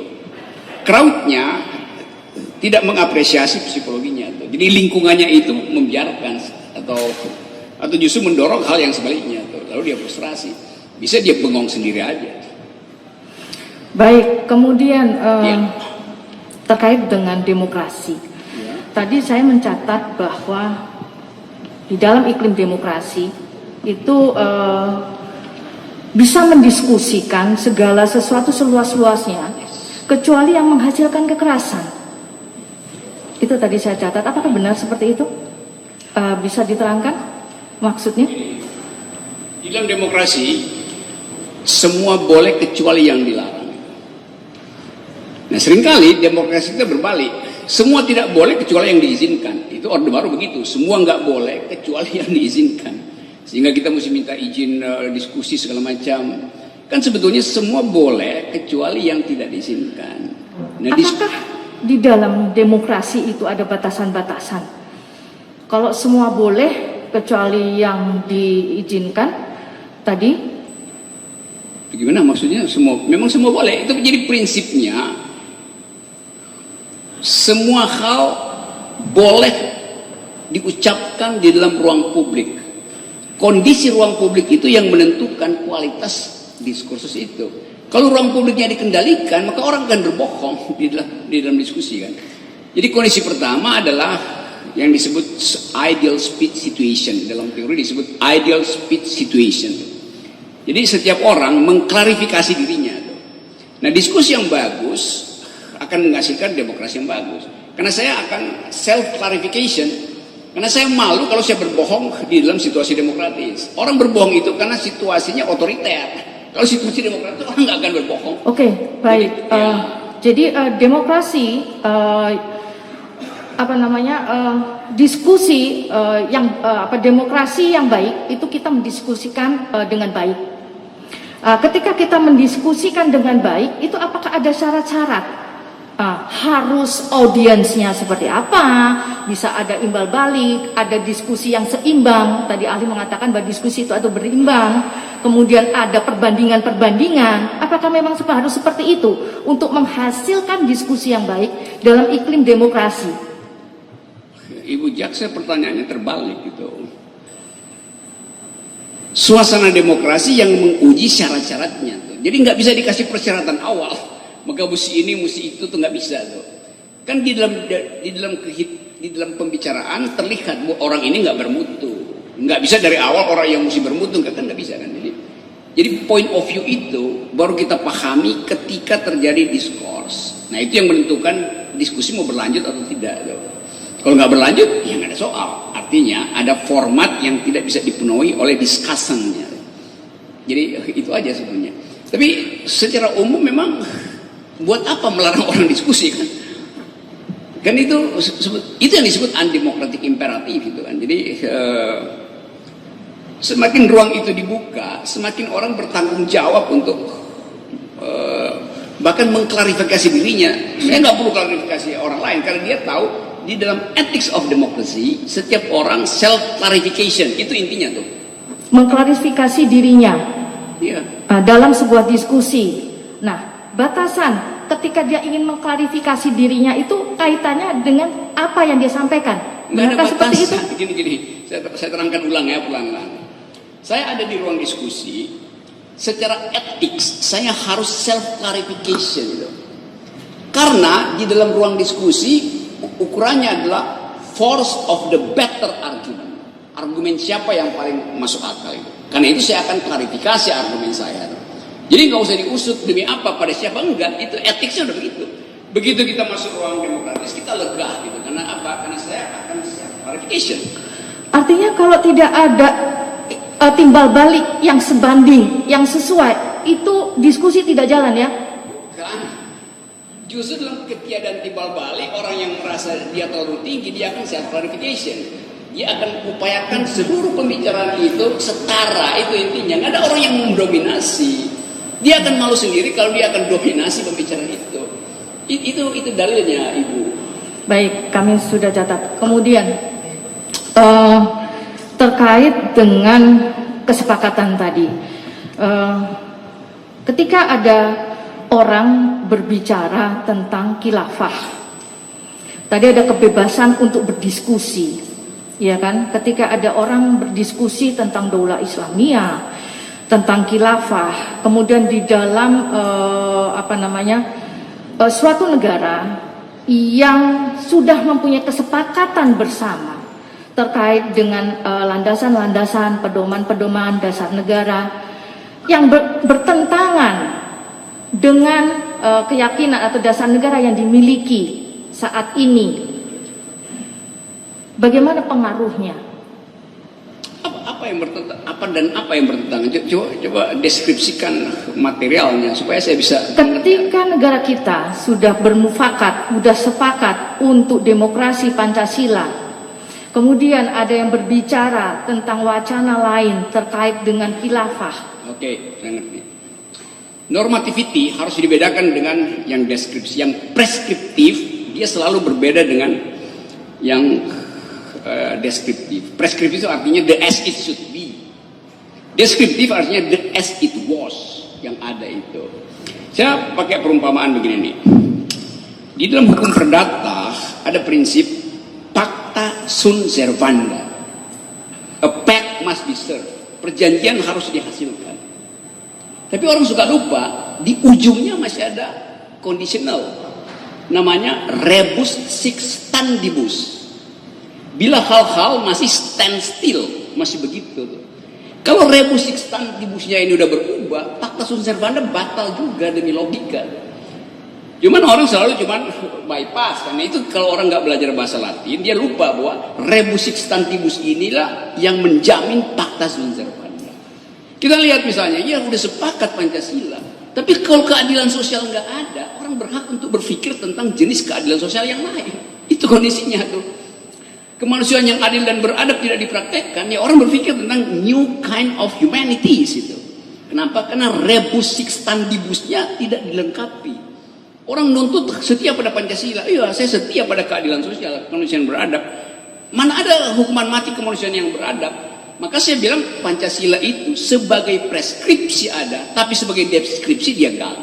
Lalu timbul imajinasi baru, timbul aspirasi baru. Apa bentuknya? Pergi pada negara komunis, pergi pada negara Islam. Itu aspirasi yang disebabkan karena uncoupled antara prescription dan description. Baik, kemudian saya mundur ke tahun 2014-2015, ya kan? Apakah juga kesepakatan itu sudah berubah? Kesepakatan terkait dengan Pancasila, dengan negara demokrasi Pancasila, apakah di tahun itu sudah berubah? Bukan sudah berubah, saya bilangin semua fasilitas yang ada di preskripsi bisa dibatalkan, artinya berubah oleh deskripsi. Jadi bukan setiap hari bisa berubah itu bahkan tuh. Lain kalau ideologi itu dikawal secara totaliter, semacam fasisme. Kan Pancasila bukan fasisme, jadi orang evaluasi itu. Ya. Menurut analisa ahli, di tahun itu, di 2014-2015, memang sudah berubah. Jadi tadi saya nggak bilang berubahnya di tahun di mana. Gini nih, prinsipnya pacta sunt servanda. Kondisionalnya rebus sic stantibus. Kapan rebus sic stantibus ini berubah itu? Pemerintah mesti ucapkan, enggak, rakyat merasakan. Kan rakyat merasakan tidak adil. Terus kita cek pada pemerintah tidak adil nggak? Nggak mungkin pemerintah bilang iya tidak adil kami. Pasti dia akan bela diri. Itu line of thought-nya begitu tuh. Jadi kita nggak mungkin cari di mana dia berubah, enggak. Dia selalu dalam keadaan tadi saya terangkan kondisionalnya itu tergantung pengalaman orang. Ada orang yang bilang enggak, baik-baik aja, humanity baik-baik itu, keadilan sosial baik-baik itu.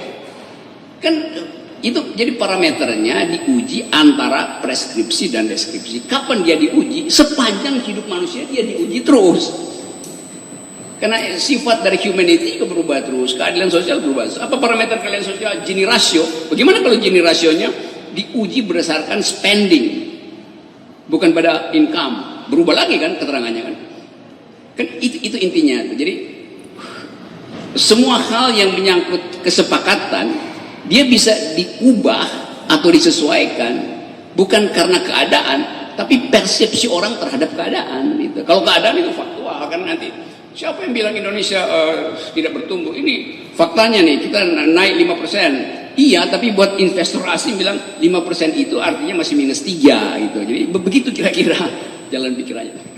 Ketika ISIS sudah masuk di Indonesia di tahun 2014-2015 dengan fenomena banyak orang, kemudian ada beberapa kejadian mendeklarasikan dan berbaiat, apakah itu bisa dikatakan fenomena sudah berubah? Fenomena apa yang? Fenomena Pancasila. Nggak berubah, Pancasila nggak berubah. Deskripsi kita tentang keadilan itu yang berubah. Kalau saya misalnya, saya lihat keadaan Indonesia 2015 nggak ada keadilan. ISIS datang bujuk saya. Ini kami punya konsep keadilan. Saya pro ISIS. Pasti. Kenapa? Karena dia lebih adil dari Pancasila. Lalu ada orang ajak diskusi saya. Udah pernah ke Suriah nggak, Rok? Belum. Dia terangin pada saya bahwa itu adalah fata morgana. Saya ubah lagi persepsi saya kan. Kan itu pentingnya orang berpikir gitu kan. Jadi konsep itu tidak tergantung pada isi doktrinnya, tetapi persepsi saya terhadap doktrin itu. Berarti persepsi bisa berubah ya, tergantung dengan perjalanan waktu dan pengalaman-pengalaman dia. Per definisi persepsi artinya perubahan itu, karena itu disebut perception itu. Baik,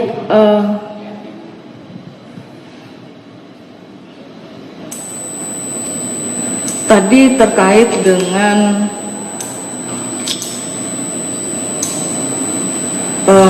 kekaguman ya, kekaguman seseorang terhadap orang lain. Itu tadi ahli mengatakan bahwa bisa mempengaruhi aspirasinya, iya kan? Kemudian juga tadi aspirasi merupakan harapan ya, harapan. Jadi emang ada benang merah antara kekaguman, kemudian ada aspirasi yang bisa didapat dia, ada harapan, seperti itu ya. Betul, dia benang merah, tapi sering dia jadi benang basah gitu, karena nggak bisa ditegakin lagi. Nah, itu yang bikin orang frustrasi kan. Dia mengidolakan seseorang karena di media massa digembar-gemborkan, sudut pandangnya diatur kamera. Begitu ketemu lain. Baik. Jadi itu sifatnya. Jadi aspirasi itu tidak satu garis, atau tidak istilah ibu tadi. Ya dia benang merah, tapi benang yang juga bisa basah gitu. Baik, terima kasih. Terima kasih Bu. Masih ada dari Bu Tumbuk? Cukup. Cukup. Dari penasihat hukum masih ada tambahan? Cukup. Dari terdakwa ada pertanyaan sama ahli, silakan. Majelis Hakim yang mulia, saudara ahli, saya ingin konsistensi berpikir, disiplin berpikir saja, karena saya anggap ahli memiliki keahlian tentang itu. Pertama-tama saya mau tanya soal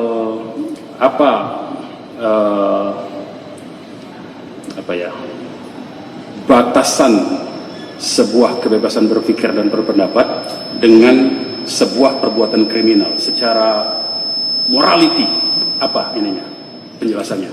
Orang yang memilih kriminal itu artinya dia tidak sanggup berpikir. Tidak sanggup berpikir. Tidak berpikir, atau dalam istilah teknis unreason. Nah, unreason ini yang mesti diuji. Apakah unreason itu built in di dalam psikologinya, atau unreason ini disponsori oleh orang lain gitu. Kan itu yang mesti dibedain kan. Jadi seorang kelihatan tidak bisa berpikir, ya karena dia baru dicekoki oleh alkohol, misalnya dia nggak bisa berpikir. Jadi kondisi itu yang mesti kita uji itu. Apa penyebab dia unreason sehingga dia berbuat kriminal? Bisa karena frustrasi sosial, bisa karena kelengkapan kognitifnya tidak cukup gitu. Nah itu yang kemudian jadi alasan pemaaf sebetulnya dalam hukum. Jadi semua orang dianggap reasonable, mampu untuk menghitung konsekuensi. Karena itu dia diminta pertanggungjawaban atas pikirannya itu. Nah, bedanya tadi seorang kriminal juga bisa berpikir rasional. Saya kasih ilustrasi ya supaya kita bisa bandingkan itu. Misalnya hukum pidana menganggap bahwa kejahatan terhadap perempuan udah tinggi sekali kasusnya tuh. Oleh karena itu pemerkosa itu disamakan punishment-nya dengan pembunuhan. Logikanya begitu kan, supaya dia gentar, para pemerkosa dinaikin aja. Kalau perkosaan itu 15 tahun, dinaikin hukuman mati. Jadi setara, memperkosa sama dengan membunuh dihukum mati. Dengan asumsi pemerkosaan itu turun, kan itu asumsinya kan, naikin hukuman tuh. Sekarang kita lihat hasilnya. Ternyata justru 2 tahun setelah hukum itu diubah, angka perkosaan dan pembunuhan justru naik. Sekarang kita uji rasionalnya di mana. Kita bisa bilang memang biadab nih pemerkosa nih. Udah memperkosa, membunuh pula tuh. Ya kalau dia beradab dia nggak akan memperkosa. Jadi kenapa dia melakukan pemerkosaan sekaligus pembunuhan? Karena dia seorang homo economicus. Dia mau cari manfaat yang paling besar. Kalau dia hanya memperkosa, tertangkap hukuman mati juga. Karena ada saksi, korban. Kalau dia memperkosa sekaligus membunuh, kemungkinan dia ditangkap lebih kecil. Kan begitu kan? Itu yang diterangkan dalam ilmu hukum yang namanya economic analysis of law. Saya ngajar itu dulu. Buku babonya dibuat oleh Richard Posner, economic analysis of law. Jadi kita mesti lihat itu selalu keadaan itu. Seorang sangat rasional. Karena dia menghitung manfaat ekonomi. Kalau saya hanya memperkosa dihukum mati juga, mending saya bunuh sekalian tuh. Kalau ketahuan kan hukuman mati juga. Tapi kemungkinan untuk lolos ada karena kesaksian korban itu hilang itu. Yeah. Jadi kita mesti hitung itu tuh cara melihat posisi seseorang di dalam kriminalitas. Ya, antara kriminalitas dengan kebebasan berpikir tadi itu. Ya. Nah, kalau dalam suatu kegiatan diskusi atau seminar, orang bisa, tadi sudah dijelaskan oleh ahli panjang lebar dan atas bawah ya, bahwa soal khilafah itu soal ide, ya kan? Kemudian ada orang yang hadir di kegiatan itu melakukan perbuatan kriminal. Mengukur bahwa itu disebabkan oleh diskusi itu bagaimana kira-kira secara konsistensi berpikir itu? Ada berita di koran. Yeti ditemukan mati di kamar kosnya pada jam 4 pagi. 2 jam sebelumnya dia terlihat ada di kafe minum alkohol, ada amfetamin di situ. Lalu headline bilang Yeti meninggal karena minum alkohol. Memang itu terjadi secara berurutan. Minum alkohol jam 2, matinya jam 4 gitu. Lalu orang ambil kesimpulan mati karena alkohol. Itu yang namanya kesalahan logik, post hoc ergo propter hoc. Bisa diulangi? Post hoc ergo propter hoc. Bahasa Latinnya begitu. Bahasa Inggrisnya tuh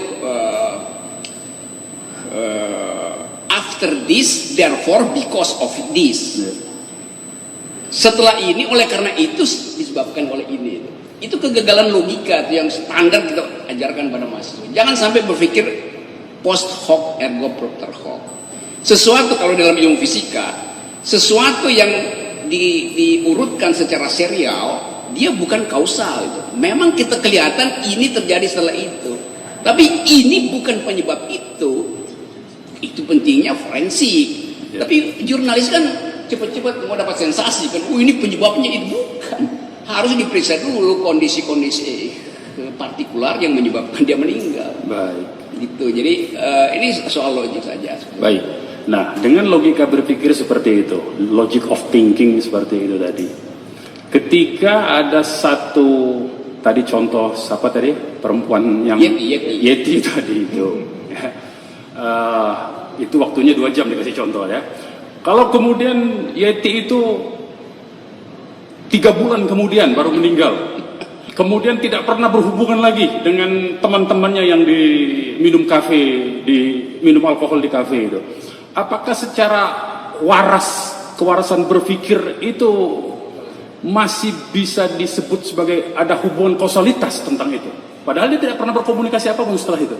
Mungkin si Yeti itu bertemu dengan Yeti di Himalaya, lalu dia ketakutan, mati karena ketakutan. Karena ada makhluk astral Yeti, ya. Jadi memang nggak bisa itu, bahkan 1 detik pun nggak boleh lakukan kausalitas itu. 2 peristiwa yang berlangsung 1 detik tidak boleh diasumsikan itu adalah kausalitas. Itu. Apalagi yang tidak berinteraksi bertahun-tahun dan tidak ada interaksi setelah itu. Ya justru itu. Jadi ini semua terjadi karena ada semacam, saya sebut aja ya, satu fasilitas di kepala Republik yang ingin supaya itu langsung kausal gitu. Iya. Jadi itu bahayanya. Sama seperti bahaya, ini saya kasih contoh lagi ya, dalam sejarah mitologi Yunani. Ada seorang raja namanya Prokestus. Prokestus ini setiap malam dia undang rakyatnya untuk tidur di ranjang emasnya. Karena itu dianggap ini raja yang baik hati itu. Sangat baik hati, satu-satu ganti tidur di situ. Tapi selalu dia intip dari pintu belakang. Kalau si rakyat itu yang lagi tidur, kakinya lebih panjang dari ranjangnya, disuruh gergaji kakinya. Kalau lebih pendek disuruh tarik kakinya. Jadi si raja bikin ukurannya sendiri itu. Nah ini juga bahayanya, kita bikin ukuran sendiri. Padahal sebetulnya deskripsinya nggak begitu tuh. Lalu dia dielukkan sebagai, di dalam logika itu disebut bed of Procrustes, ranjang Procrustes. Dia dianggap sebagai orang yang mulia karena mengundang rakyat. Padahal dia sesuaikan itu dengan ranjangnya. Kalau rakyatnya panjang kakinya dia gergaji, kalau pendek dia tarik. Oke. Nah bandingkan misalnya dengan wisdom. Disebut aja misalnya di Baduy, karena saya hobinya masuk keluar hutan, saya kenal beberapa culture. Di Baduy itu kalau Anda masuk desa Baduy, itu atap yang pakai batangan bambu itu nggak beraturan. Kalau orang bilang ini Baduy ini kok nggak tertib ya, panjang dan pendek sama-sama, malah melintang. Orang lupa bahwa di Baduy ada filosofi, yang panjang jangan dipotong, yang pendek jangan disambung. Jadi begitu cara kita juga membaca peristiwa itu. Seringkali yang panjang dan pendek itu mau dibikin rata, padahal biarkan aja panjang dan pendek. Itu yang namanya kebebasan manusia itu buat mengatur. Jangan dipaksakan seolah-olah negara ini ingin melindungi rakyat, karena itu dibikin rumusnya. Yang ini teroris, yang ini Pancasilais. Itu namanya ranjang Procrustes tadi itu. Yang jorok berpikirnya tuh. Dia mau serve tapi sekaligus dia lakukan sesuatu yang menghina orang itu. Kan kalau dia raja yang baik, oke, kalau begitu bikin 2 ranjang dong, yang panjang beneran sama yang pendek itu. Jangan cuma 1 ranjang, sehingga yang mesti menyesuaikan diri rakyatnya tuh. Mestinya rajanya yang menyesuaikan diri dengan apa? Dengan aspirasi yang beragam itu maksudnya. Baik. Jadi saya mau mengutip ini gagasan hermeneutika Gadamer yang tadi ahli katakan, sempat disinggung sebetulnya. Jadi saya bacakan saja. Kutipannya lebih kurang begini. Gadamer mengakui bahwa masalah pemahaman berkaitan dengan memahami pesan, bukan memahami orang. Namun teks yang sama memiliki makna yang berbeda. Memahami teks adalah memahami diri kita dan mengaitkannya dengan teks-teks lainnya. Kita tidak menerima makna dari teks, tapi kitalah yang menciptakan makna ketika bersentuhan dengan teks. Memahami teks bukan dengan transmisi, tapi melalui proses dialog.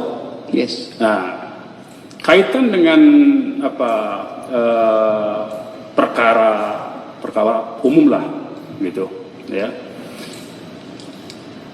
Tidak ada bukti ada hubungan yang intensif antara si pengucap teks dengan konteks yang dia ucapkan. Tiba-tiba ada orang mengaku bahwa dia terinspirasi dari teks ini, mengaku saja. Ini apa cara berpikir apa seperti ini sebetulnya? Itu betul, itu Gadamer adalah ahli hermeneutics. Muridnya itu namanya Paul Ricoeur. Yang tadi saya terangkan hermeneutic of suspicion, hermeneutic of faith itu. Jadi prinsipnya adalah kesepakatan terhadap makna itu harus dihasilkan dalam new horizon. Itu istilah kedamaian. Jadi naikin ke satu horizon, bukan saling klaim begini lalu. Jadi konsep kita tentang semua hal tadi betul itu selalu gagal karena intensi untuk memaknai itu nggak ada tuh. Orang memaksakan interpretasi, bukan intensi untuk saling memaknai. Fungsi dari hermeneutik adalah memaksimalkan intensi untuk memaknai itu. Itu intinya. Bahkan lebih jauh lagi, yang lebih radikal lagi cara berpikirnya, namanya teori dekonstruksi dari Jean-Jacques. Ini karena kebanyakan nama di kepala saya ini. Derrida. Kalau di dalam hermeneutik Derrida yang diajarkan di seluruh fakultas hukum dunia itu sekarang itu jadi bahan kuliah utama itu, yaitu hermeneutics, legal hermeneutics. Satu istilah itu dia jangan diujikan di dalam konteks dari istilah itu, dia diujikan di luar konteks itu supaya lebih fair, supaya horizonnya lebih luas itu. Jadi jangan kita anggap bahwa teks istilah itu kita kembalikan pada teks, itu bagus juga tuh. Tapi kita juga mesti ambil risiko istilah itu dipakai di dalam teks yang lain supaya lebih fair itu. Itu yang namanya oposisi itu. Jadi kita mesti berpikir seolah-olah kita beroposisi supaya kita lengkap pikirannya, tidak picik. Nah kalau kita nggak terbiasa begitu, kita akan langsung judge itu. Lu terpengaruh oleh dia, lu horizon maknanya nggak ada, tapi dia langsung bilang Anda terpengaruh. Nah itu yang saya sebut tadi, karena mereka yang saling menuduh itu, yang menganggap Anda terpengaruh, dibayang-bayangi oleh satu teks besar yang dalam konteks ini namanya Islamofobi. Itu teks besarnya. Justru teks besar itu yang mesti kita bongkar. Kalau kita bongkar, kita akan lihat sejarah istilah Islamofobi datangnya kapan.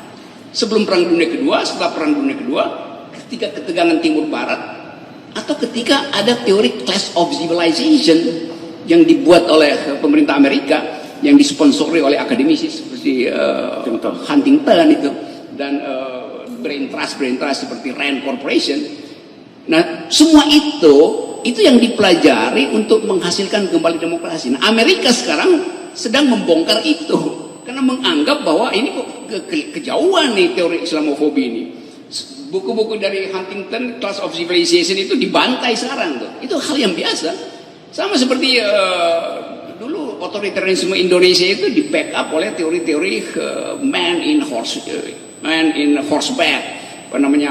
Militer itu penting untuk stabilitas. Sekarang nggak ada orang yang bicara itu setelah demokrasi terjadi. Jadi hati-hati bahwa sinopsis tentang dunia termasuk istilah-istilah radikal, fundamentalism, Islamofobi itu adalah bagian dari upaya untuk menghegemoni. Nah kita mesti justru bongkar itu. Kalau nggak kita terjebak terus dalam hegemoni yang diisi orang lain. Jadi kita menari dalam gendang yang ditabuh orang lain. Itu konyolnya bangsa ini nanti itu. Terima kasih. Baik. Nah, ada 3 kegiatan. Lebih kurang begitu ini sebagai contoh kasusnya. Di kegiatan diskusi pertama, narasumbernya sudah mengingatkan soal ada jebakan-jebakan, ada perangkap-perangkap, ada khilafah yang didesain untuk tujuan-tujuan, kalau dalam istilah Snowden itu sarang lebah, strategi sarang lebah, untuk memancing orang-orang bodoh dan sesat pikir itu sudah disampaikan pada kegiatan pertama. Kemudian pada kegiatan kedua, si narasumber juga menyampaikan bahwa karena narasumber ini tahu bahwa umat Islam ini yang bacaannya terbatas atau membatasi literasinya, sebaliknya juga yang tidak belajar agama juga begitu, membatasi juga literasinya. Dan si narasumber tahu bahwa umat Islam yang terbatas literasinya maupun yang umat Islam yang tidak punya literasi juga tentang Islam itu sangat paham fakta bahwa umat-umat Islam yang seperti ini saling membenturkan, yaitu satu sisi dia menginginkan pokoknya apapun syariat Islam tanggung jawab individu. Sementara yang lain, umat Islam yang juga kurang literasi tapi juga punya Islamophobia, itu menyatakan, nggak boleh Anda bicara Islam. Ini bukan sistem Islam. Kira-kira begitu benturannya. Si narasumber menyatakan ada syariat yang kewajiban individu, ada yang tidak bisa kewajiban individu, walaupun itu wajib, tapi harus ada authority, ada kekuasaan, ada state, ada negara. Dalam bahasa Arab, state, negara itu daulah, begitu. Nah, kalau itu kemudian disampaikan, ada orang salah persepsi ini karena tidak dialog, tidak mengklarifikasi tadi itu. Dia anggap kemudian saya terinspirasi itu karena kemudian tiba-tiba dia ngebom bicara gitu. Nah, ini situasi apa ini sebetulnya? Kekacauan berpikir seperti apa? Ya, ini sama dengan gejala. Dulu saya belajar filsafat Islam mungkin 8-9 semester. Tapi karena guru saya cuma satu orang, namanya Profesor Harun Nasution, guru besar UIN, yang alirannya adalah Mu'tazilah, lalu dianggap saya nggak peduli pada wahyu. Itu konyol kan? Padahal justru karena saya baca Al-Ghazali, lalu saya mau bandingkan itu dengan ajaran Mu'tazilah itu. Jadi sebetulnya betul tadi, karena kekacauan di dalam koordinasi pikiran, tiba-tiba di stigma aja sebetulnya. Nah, ini bagian dari orkestrasi yang diinginkan negara sebetulnya. Negara membuat partitur dua gitu, supaya kalau ini bunyi, ini mesti dibunyikan juga. Padahal dia kakofoni, bukan harmoni. Itu yang dalam bahasa gampang kita sebut upaya membelah masyarakat untuk mengontrol. Jadi ini yang dulu dalam ilmu sosial disebut regimentasi. Dibikin bermusuhan supaya saya bisa kontrol. Itu betul-betul sama dengan politik divide et impera yang dipakai Belanda, sama. Dan kita masuk dalam jebakan itu. Tapi karena ini negara demokratis, nah justru disulap dengan negara demokratis seolah-olah kita nggak bisa baca itu. Tapi kita yang punya otak paham the hermeneutical suspicion, maka kita suspicious, kita curiga. Kita curiga tiba-tiba negara ngomong tentang nasionalisme. Kok nggak ada apa nasionalisme? Itu karena dia mau menyembunyikan fakta ketidakadilan sosial, dibikin narasi baru itu. Padahal mak-mak tahu bahwa nasionalisme itu nggak penting, itu udah selesai. Yang penting adalah social justice. Nah, demikian juga isu terorisme itu begitu jadinya tuh. Jadi pemanfaatan isu untuk pengendalian itu yang disebut sebagai apa istilahnya? Kalau pakai istilah hari ini, vibes-nya begitu. Kalau kata anak milenial ini vibes-nya begitu. VBS tuh. Tapi kita bisa terangkan bahwa memang ini adalah senjata untuk pengendalian. Satu teknik paling purba adalah belah opini publik. Dalam pembelahan itu kita bisa pilih nanti. Satu waktu nanti dipilih yang ini, nanti dipilih yang itu juga kan. Jadi itu yang terjadi itu. Nah, sialnya Indonesia nggak punya semacam oposisi di dalam pikiran. Oposisi dalam politik aja dihalangi, apalagi oposisi pikiran kan. Berapa banyak seminar yang ingin membahas soal ISIS itu dilarang di universitas. Padahal kita mau ajarin itu dalam kontra pikiran tuh. Begini problemnya, ini yang disebut sebagai negara, di dalamnya ada doktrin Islam, di dalamnya ada pemerintahan. Itu negara Islam. Kalau disebut negara Islam, itu definisi negara, definisi pemerintah kan. Padahal di dalam filosofi itu yang namanya komprehensif. Islam itu komprehensif, artinya menyangkut semua. Tidak ada pembedaan sekuler antara yang vertikal dan yang horizontal. Yang bisa ditafsirkan adalah yang bagian muamalah itu bisa hermeneutis. Yang vertikal nggak bisa ditafsirkan. Jadi keimanan itu didasarkan pada yang vertikal. Tapi pemerintah mengobok-gobok yang bagian muamalah ini, yang sosial itu supaya dikaitkan dengan yang vertikal. Di situ curangnya pemerintah. Lain kali saya bisa terangkan itu secara lengkap dan saya baca sebuah narasi pemerintah dan ujungnya adalah itu upaya untuk pengendalian opini dengan maksud menghegemoni pikiran itu, dan itu bahaya bagi demokrasi. Apakah contoh kasus Desa Wadas itu yang sama persis, yang menolak dijadikan desanya jadikan tambang itu kemudian disebut anti NKRI ya, itu oleh kelompok penduduk desa yang sama ya. Seperti itu lebih kurang. Itu persis yang terakhir apalagi tuh. Jadi IKN yang terakhir. IKN. Ini TNI kok melawan keputusan pemerintah IKN. Padahal Pak Jokowi cuma baca WA grup mama. Kan begitu kan? Lalu beliau parno karena kepo tuh. Jadi dia sendiri nggak percaya bahwa IKN itu sudah diputuskan. Ngapain masih ngintip WA grup emak-emak itu? WA grup warga negara diintip oleh kepala negara, itu nggak sopan dan berbahaya bagi kebebasan kita untuk berinformasi kan. Padahal emak-emak di situ cuma saling kritik. Kalau IKN pindah, bagaimana awalnya ya? Anak saya sekolahnya di Jakarta, jadi mesti nyari kos-kosan baru. Itu pembicaraan biasa. Tapi negara merasa terganggu karena negara sudah punya desain bahwa tidak boleh ada pikiran alternatif melawan yang sudah diputuskan oleh istana. Nah, di situ berlakulah tadi prinsip band of Procustes, ranjang Raja Procustes. Dia nggak mau lihat perbedaan. Pokoknya ranjang gua begini nih, silakan tidur. Panjang gua potong, pendek gua tarik. Jadi itu bahayanya pemerintah yang nggak ngerti local wisdom dari masyarakat Baduy misalnya, bahwa yang panjang jangan dipotong, yang pendek jangan disambung. Itulah Indonesia, keberagamannya begitu. Baik. Sekarang saya masuk ke teks dan konteks. Oke. Dalam konteks waktu, dalam teks tentang wacana. Di sini saya mengutip saja pemberitaan. Ini Sidney Jones. Yes. Sidney Jones ini menyatakan, pakar duga ada obsesi pemerintah buktikan FPI terkait terorisme. Dalam bahasanya ini pakar terorisme ini, padahal dia tahu banyak tentang terorisme. Bahkan beberapa sumber informasi dari pemerintah juga, Sidney Jones ini sumber informasinya pemerintah dalam soal pemberantasan terorisme. Tapi dalam konteks ini, Sidney Jones menyatakan bahwa pada saat itu seperti yang ahli nyatakan tadi, ini lagi trending topik kalau dalam bahasa Twitter. Yes.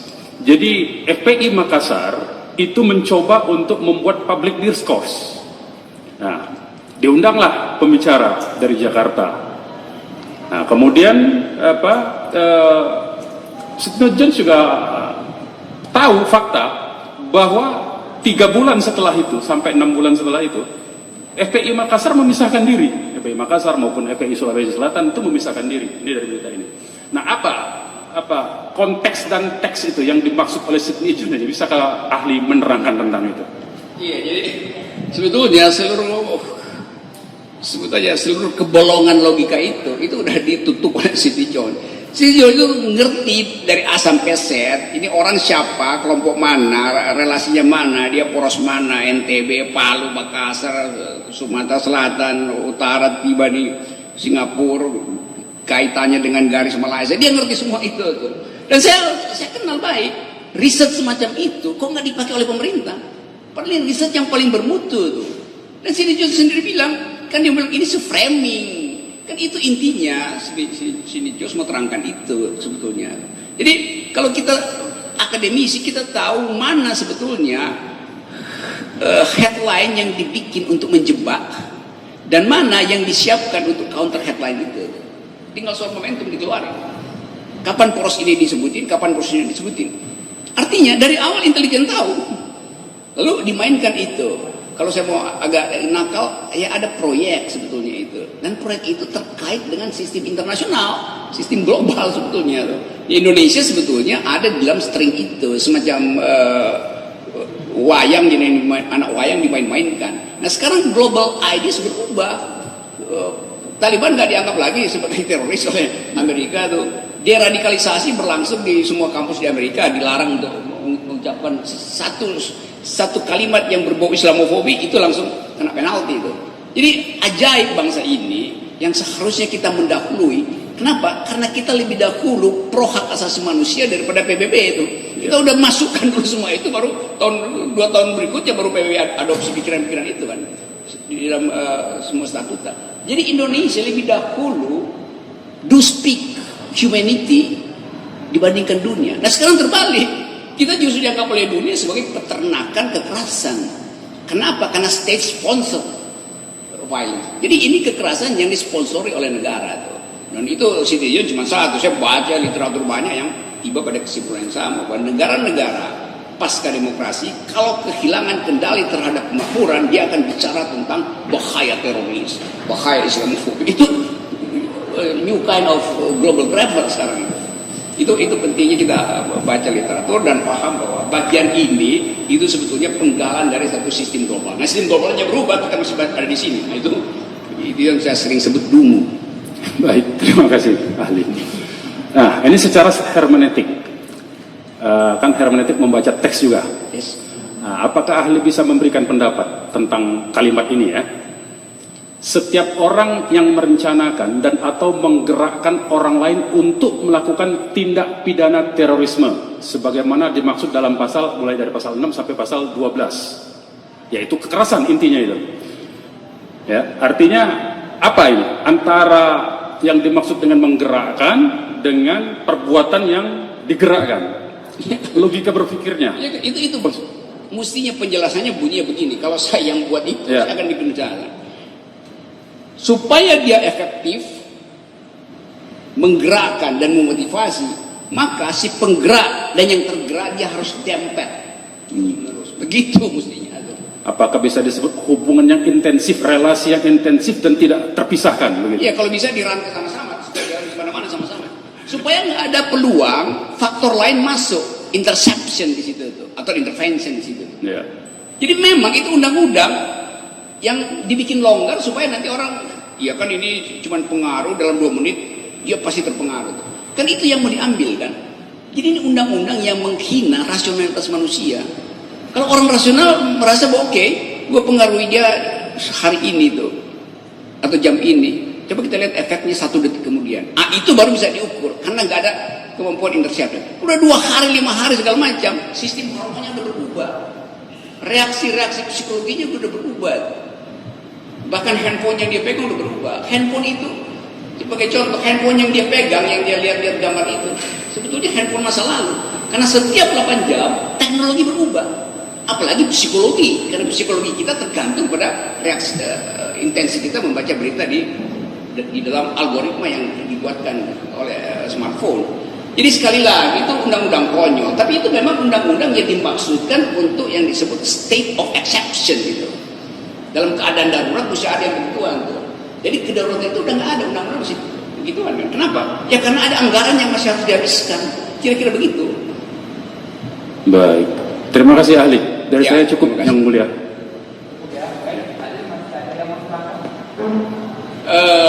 Saya mau terangkan satu hal yang supaya mungkin jadi semacam sinopsis dari kasus-kasus semacam ini nih.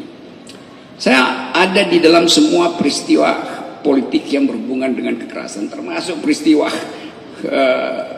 saudara Munarman ini tahun berapa itu? 2008 di Monas itu. Saya waktu itu menganggap ini kurang ajar si Munarman ini. Okay. Saya tahu dari awal ini orang ini perangannya brutal itu. Bahkan sebelum dia di FPI dia mau hajar waktu di LBH. Jadi kita mesti pelajari, itu yang saya maksud tadi, seorang psikolog dia mesti baca sebetulnya behind the scene-nya itu yang biasanya disebut obscene.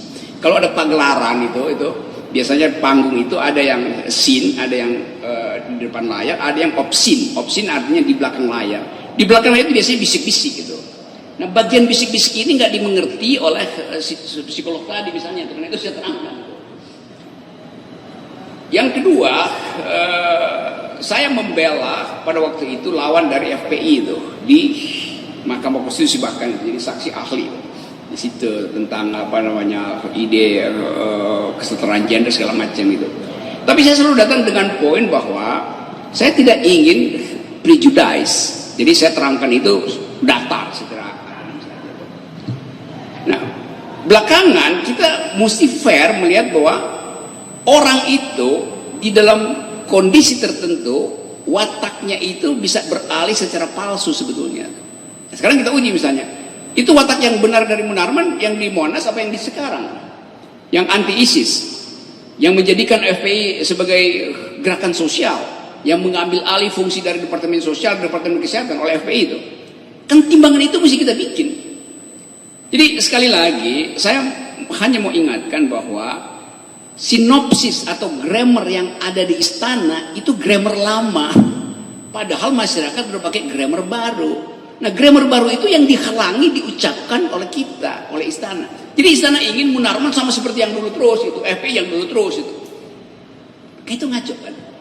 Jadi sebetulnya istana selalu ingin memelihara musuh dalam selimut, supaya dia selalu ada hak untuk mengganti selimut, sekaligus mengganti musuh. Nanti juga diganti-ganti itu. Itu watak kekuasaan yang buruk, yang kita sebut sebagai two faces of Janus. Dewa Janus punya dua wajah itu. Kadang-kadang wajah bengisnya ditampilkan, kadang-kadang wajah baiknya ditampilkan. Nah, kekuasaan hari ini begitu, dia bisa putar-putar. Nanti bansos dikirim, baru di bujuk-bujuk Wadas itu. Tapi nanti kemudian Wadas itu dipakai drone, tetap ada kegiatan untuk nambang di situ. Jadi bagian-bagian ini yang saya sebut permainan headline aja. Itu bahaya buat orang yang berpikir. Saya tetap menganggap bahwa setiap pengadilan harus memanfaatkan kemampuan menganalisis secara kritis kasus itu. Jadi kita ingin bangsa ini tumbuh di dalam peradaban, yaitu pastikan bahwa ini adalah bangsa yang berpikir itu. Dan hanya pikiran yang bisa mengkerapkan kita kembali. Jadi pikiran, tentu pikiran akal sehat, pikiran yang bermutu, yang sering saya terangkan. Saya kira itu Majelis Hakim yang terhormat, Ibu, Bapak Jaksa, dan para penasihat hukum.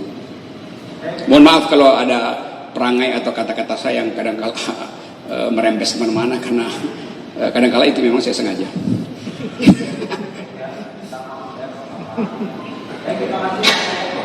Terima kasih. Persidangan. Ya.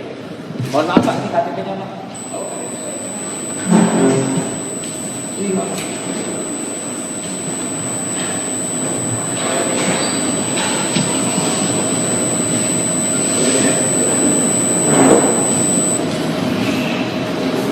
Baik, dari penasihat hukum masih ada ahli yang mau kita dengar hari ini? Cukup ya? Masih ada ahli yang mau dihadirkan? Masih hari Senin ya. Hari Senin ya, kesempatan terakhir Pak ya. Tolong dimaksimalkan saksi yang akan dihadirkan, karena sesuai dengan rencana kami ya, tanggal 7 saksi akhir dari penasihat hukum, seminggu kemudian tuntutan, seminggu kemudian tanggal 21 itu pembelaan, kemudian kalau ada replik itu mungkin cuma 2 hari ya, baru itu suatu putusan. Insya Allah mudah-mudahan sebelum puasa sudah bisa putus, insya Allah. Begitu ya rencananya ya. Baik, silakan penuntut dakwah.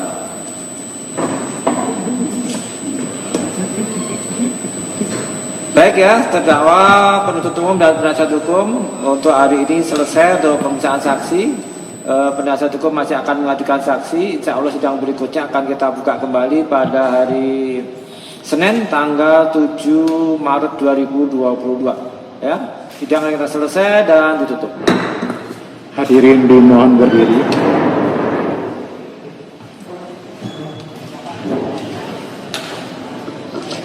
Hadirin dimohon duduk kembali. Terima kasih.